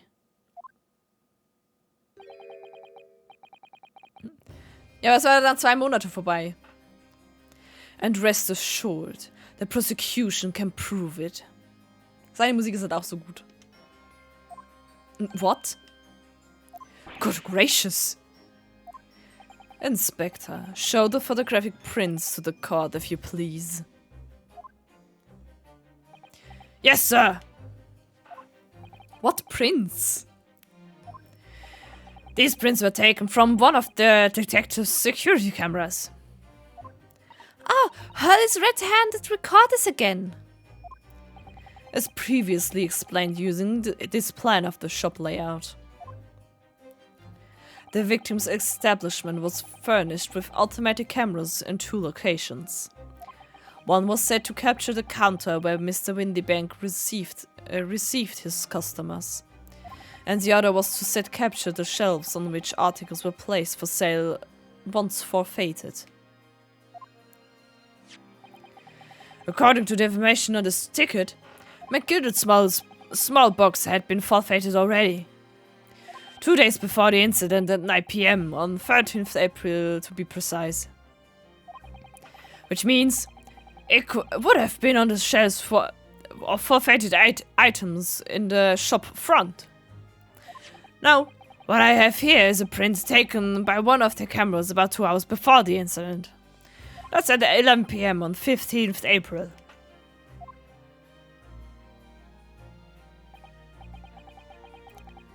Okay. The victim clearly had a very full shop, it would appear. And then he was here, and then here we have another print.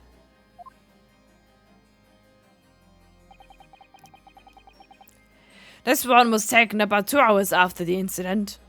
Hat sich irgendwas verschoben.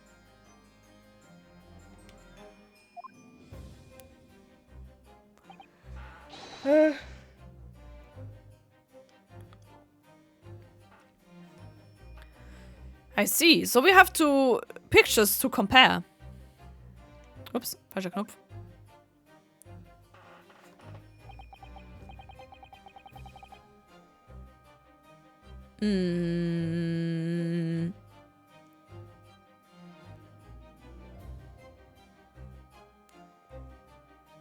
Ist irgendein Unterschied?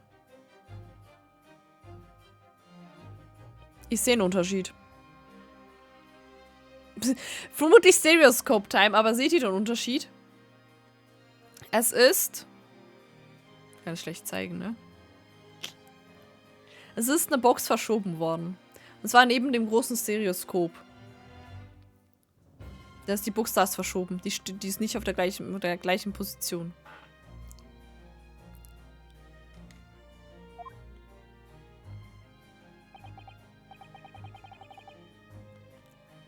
Dear me, that's starting to make my head ache. Ache. Obviously, at Scotland Yard, we consider theft as one possible motive in this case. We explored the possibility that something had been taken in addition to the victim's life. So your men have already compared these 2 prints thoroughly, Inspector? Yes, sir. We counted every single item in each of these 2 photographic prints. And the yard's conclusion is that exactly the same number are present in both. Aber nicht im gleichen Ort. In other words, nothing was taken from the pawnbrokery on the night in question. And my learned friend's assertion is nothing more than a hopeful fantasy. Rio, tu nicht so. I don't believe it. If I could have just shown that he'd stolen McGilda's pawned box. Ich liebe Wimmelbildspiele. Ey. Ich finde die nicht schlimm. Machen wir mal einen Wimmelbild-Stream. No, please, no. Mach meine Beine, tun's weh. I might have been able to break him down at last. You know what, Bruno? I've been thinking. So, stop jojoing! I wonder if these 2 photographs really are exactly the same. No, they're not.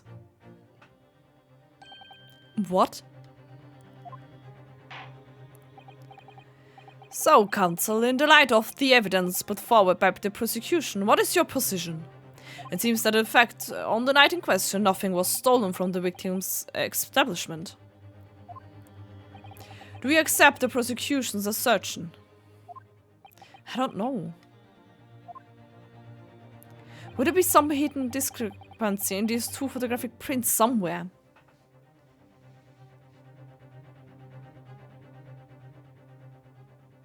Kann ich das direkt?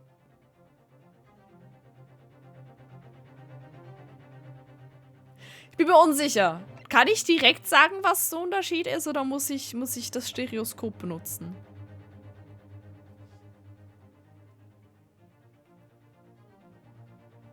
Was ist eure Meinung?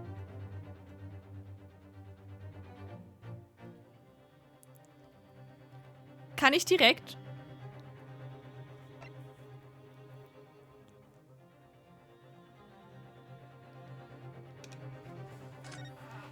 Ich hoffe mal. I wasn't sure at first, but there is a clear discrepancy between these two prints. What? You must identify the location in question for the court, counsel. Oh, okay, gut, okay. Indicate the precise location of the discrepancy of which you speak. Okay, immerhin gut, wie ich meine.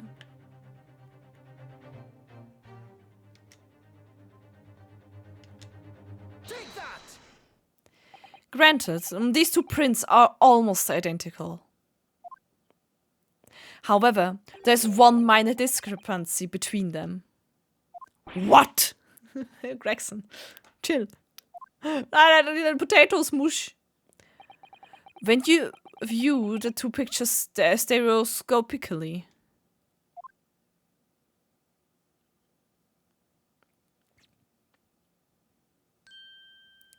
a single area stands out being different, the location of this small box. Let me wait. Unbelievable. Ah! Ich finde schön, dass er mit dem dann schon sagt, ich kann es nicht sehen. Nein, der Judge ist auch wieder am Schielen. By Jove, you're right. How extraordinary. What this tells us is very simple. Mr. McGilded's small box was indeed not stolen from Windybanks on the night in question. However, there can be no doubt that somebody picked up this particular box and then returned it to its place on the shelves. Are you suggesting that the small box originally deposited by Mr. McGilded is in fact?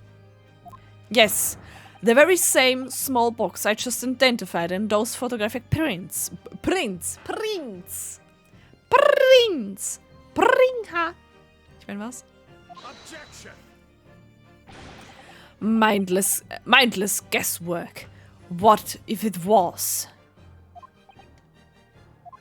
So, a box was moved on the shelf, nothing was stolen.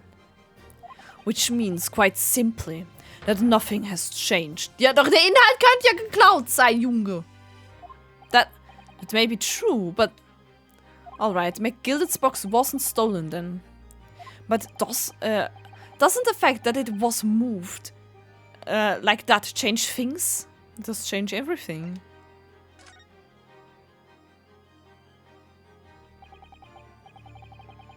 Was bei 1110, was? I believe it changes everything about the case. How can that possibly be? The crucial point is the fact that this was...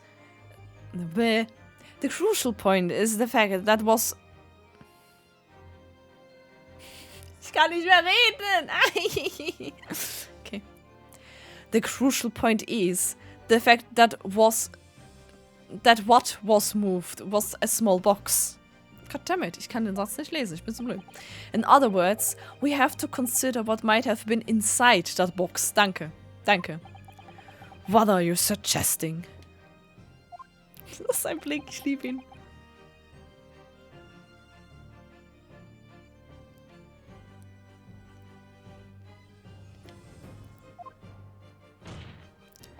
I'm suggesting that we need to examine that box as soon as possible. A vital piece of evidence is sitting on the shelves at Windybanks as we speak. Objection! That won't be necessary. Some little box belonging to a man who died 2 months ago can't possibly be relevant to this trial.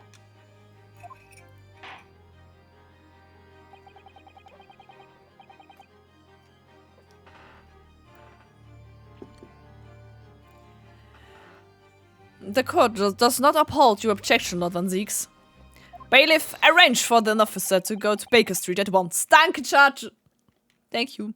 Obtain the small box in question and bring it back here for further examination. Thank you.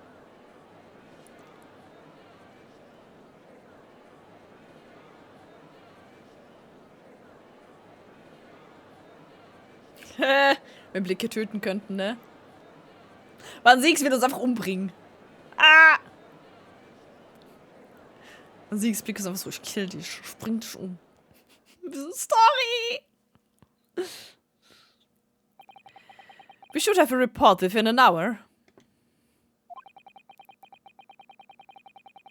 I think perhaps we should recess for a short while until the evidence is brought forth. To be hoodwinked by such a farce. Disappointing. I beg your pardon, Lord Van Zieks. This is nothing but a smokescreen. A Nipponese speciality, it would seem. What are you trying to say? My learned friend has persisted with the same line of reasoning from the very beginning.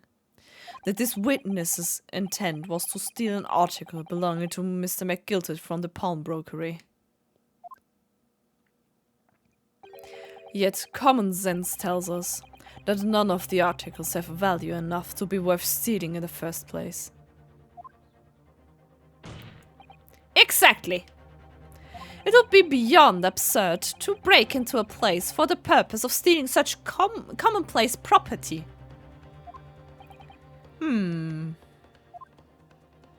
Das ist er mit seinem Alkohol. Weißt du, wie es jetzt auffällt? Guckt euch mal die Weinflasche an. Da ist ein Reaper drauf mit 2 Sensen. Das fällt mir jetzt auf. Alter, ich bin vor 5 Händen hier. Alter, ich hab Adleraugen. Eieiei.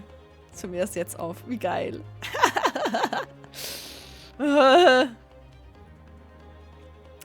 If your lordship recalls, Mr. McGilted perished 2 months ago, immediately after the conclusion of this trial.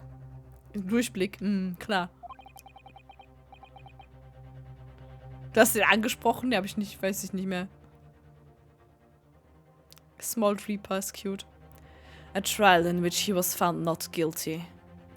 A trial in which it was established he was the upstanding member of society, his reputation implied in fact.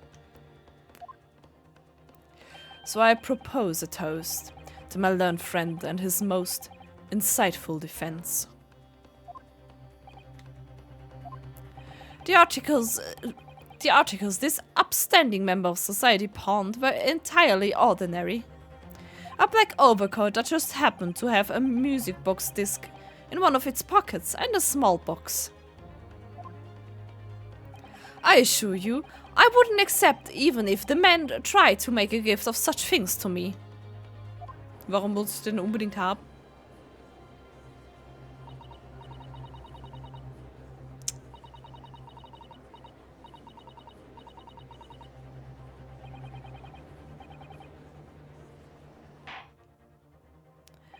The prosecution's argument is undeniably compelling. It is incumbent on the defense now to bolster its argument. To explain what possible significance these commonplace articles pawned by this fine citizen could have. Well, counsel, is your argument in fact demonstrable? Are you able to show proof that the disc or the box are in any tangible way related to this case? Yeah. No. Well, What's the matter, Runo?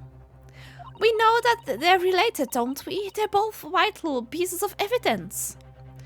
yes, of course. You and I both know that. We know McGilted's true character, and we know the disc is significant, even if we don't know why.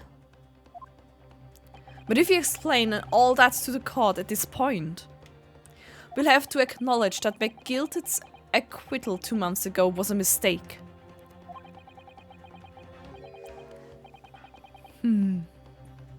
That the defense argument was flawed, based on false information. Oh no!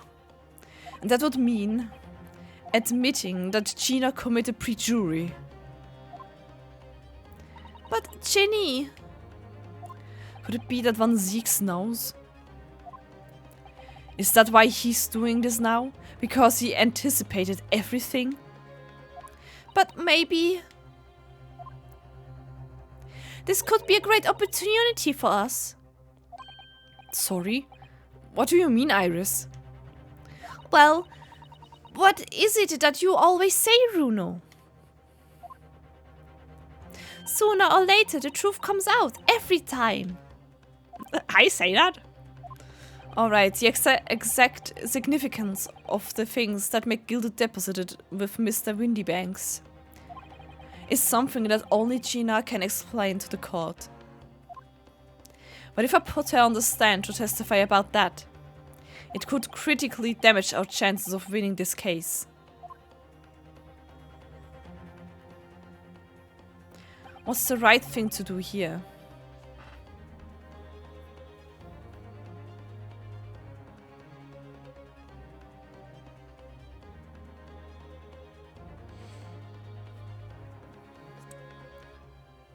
Truth and nothing but the truth, I guess, right?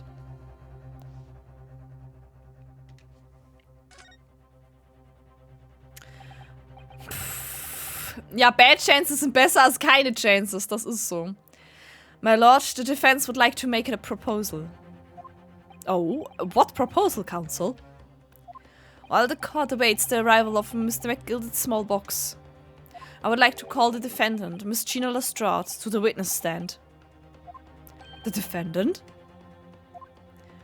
To what end? It's to do with the various articles deposited at Windybanks by Mr. McGilted, my lord. Miss Lestrade has information relating to them. I believe it would be beneficial for the court to hear what she has to say. It will prove the significance of the articles in question once and for all. Well, well, things are becoming interesting. I presume you've considered the implications of the testimony you're proposing. In particular, the impact it will have on the accused standing, and indeed your own. I have. Lord Van Zieks, would you care to explain that last remark? The prosecution accepts the defense proposal. I move to interrupt the cross-examination for the current witness and hear from the accused herself. Very well, if you have no objection. So, the court will now hear the testimony of the defendant, Miss Gina Lestrade. Your witnesses currently in the stand may step down until further notice. Ich warte einfach darauf, dass er einfach plötzlich irgendwann einfach blutet über die Schulter. Das wäre cool, weißt du? Wenn er so eine Armbewegung macht, die jetzt zu viel macht, weil wir ihn in Schwitzen gebracht haben. Und dann so, ist doch Blut, hat Blut und so. I don't know. I shall bid you good day. Wait. You, sir, shall remain in the stand while Miss Lestrade testifies. As you wish. Alright then, Gina. It's time. I know this will be hard, but please, put your faith in me here. Good luck, Bruno. Puh. So, bevor wir aber das anfangen. Ich würde sagen, wir speichern hier. Und machen für heute fertig, weil dann habe ich noch... Oder? Ja, dann habe ich noch eine Stunde Zeit bis Raid. Und dann ist easy.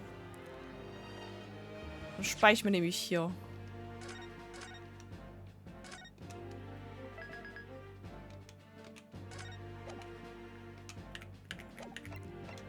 Tada! Nochmal speichern. Also ich glaube, ich denke mal, das nächste Mal sollten wir vielleicht durchkommen. Maybe. Der Fall ist super, ja. Ich denke mal, das nächste Mal kommen wir vermutlich durch. So. Lass mich mal gucken. Ja. No, not really. Okay, ist niemand interessantes live. Dann bedanke ich mich einfach fürs Zugucken. Ich hoffe, es war interessant. Bis irgendwann nächste Woche.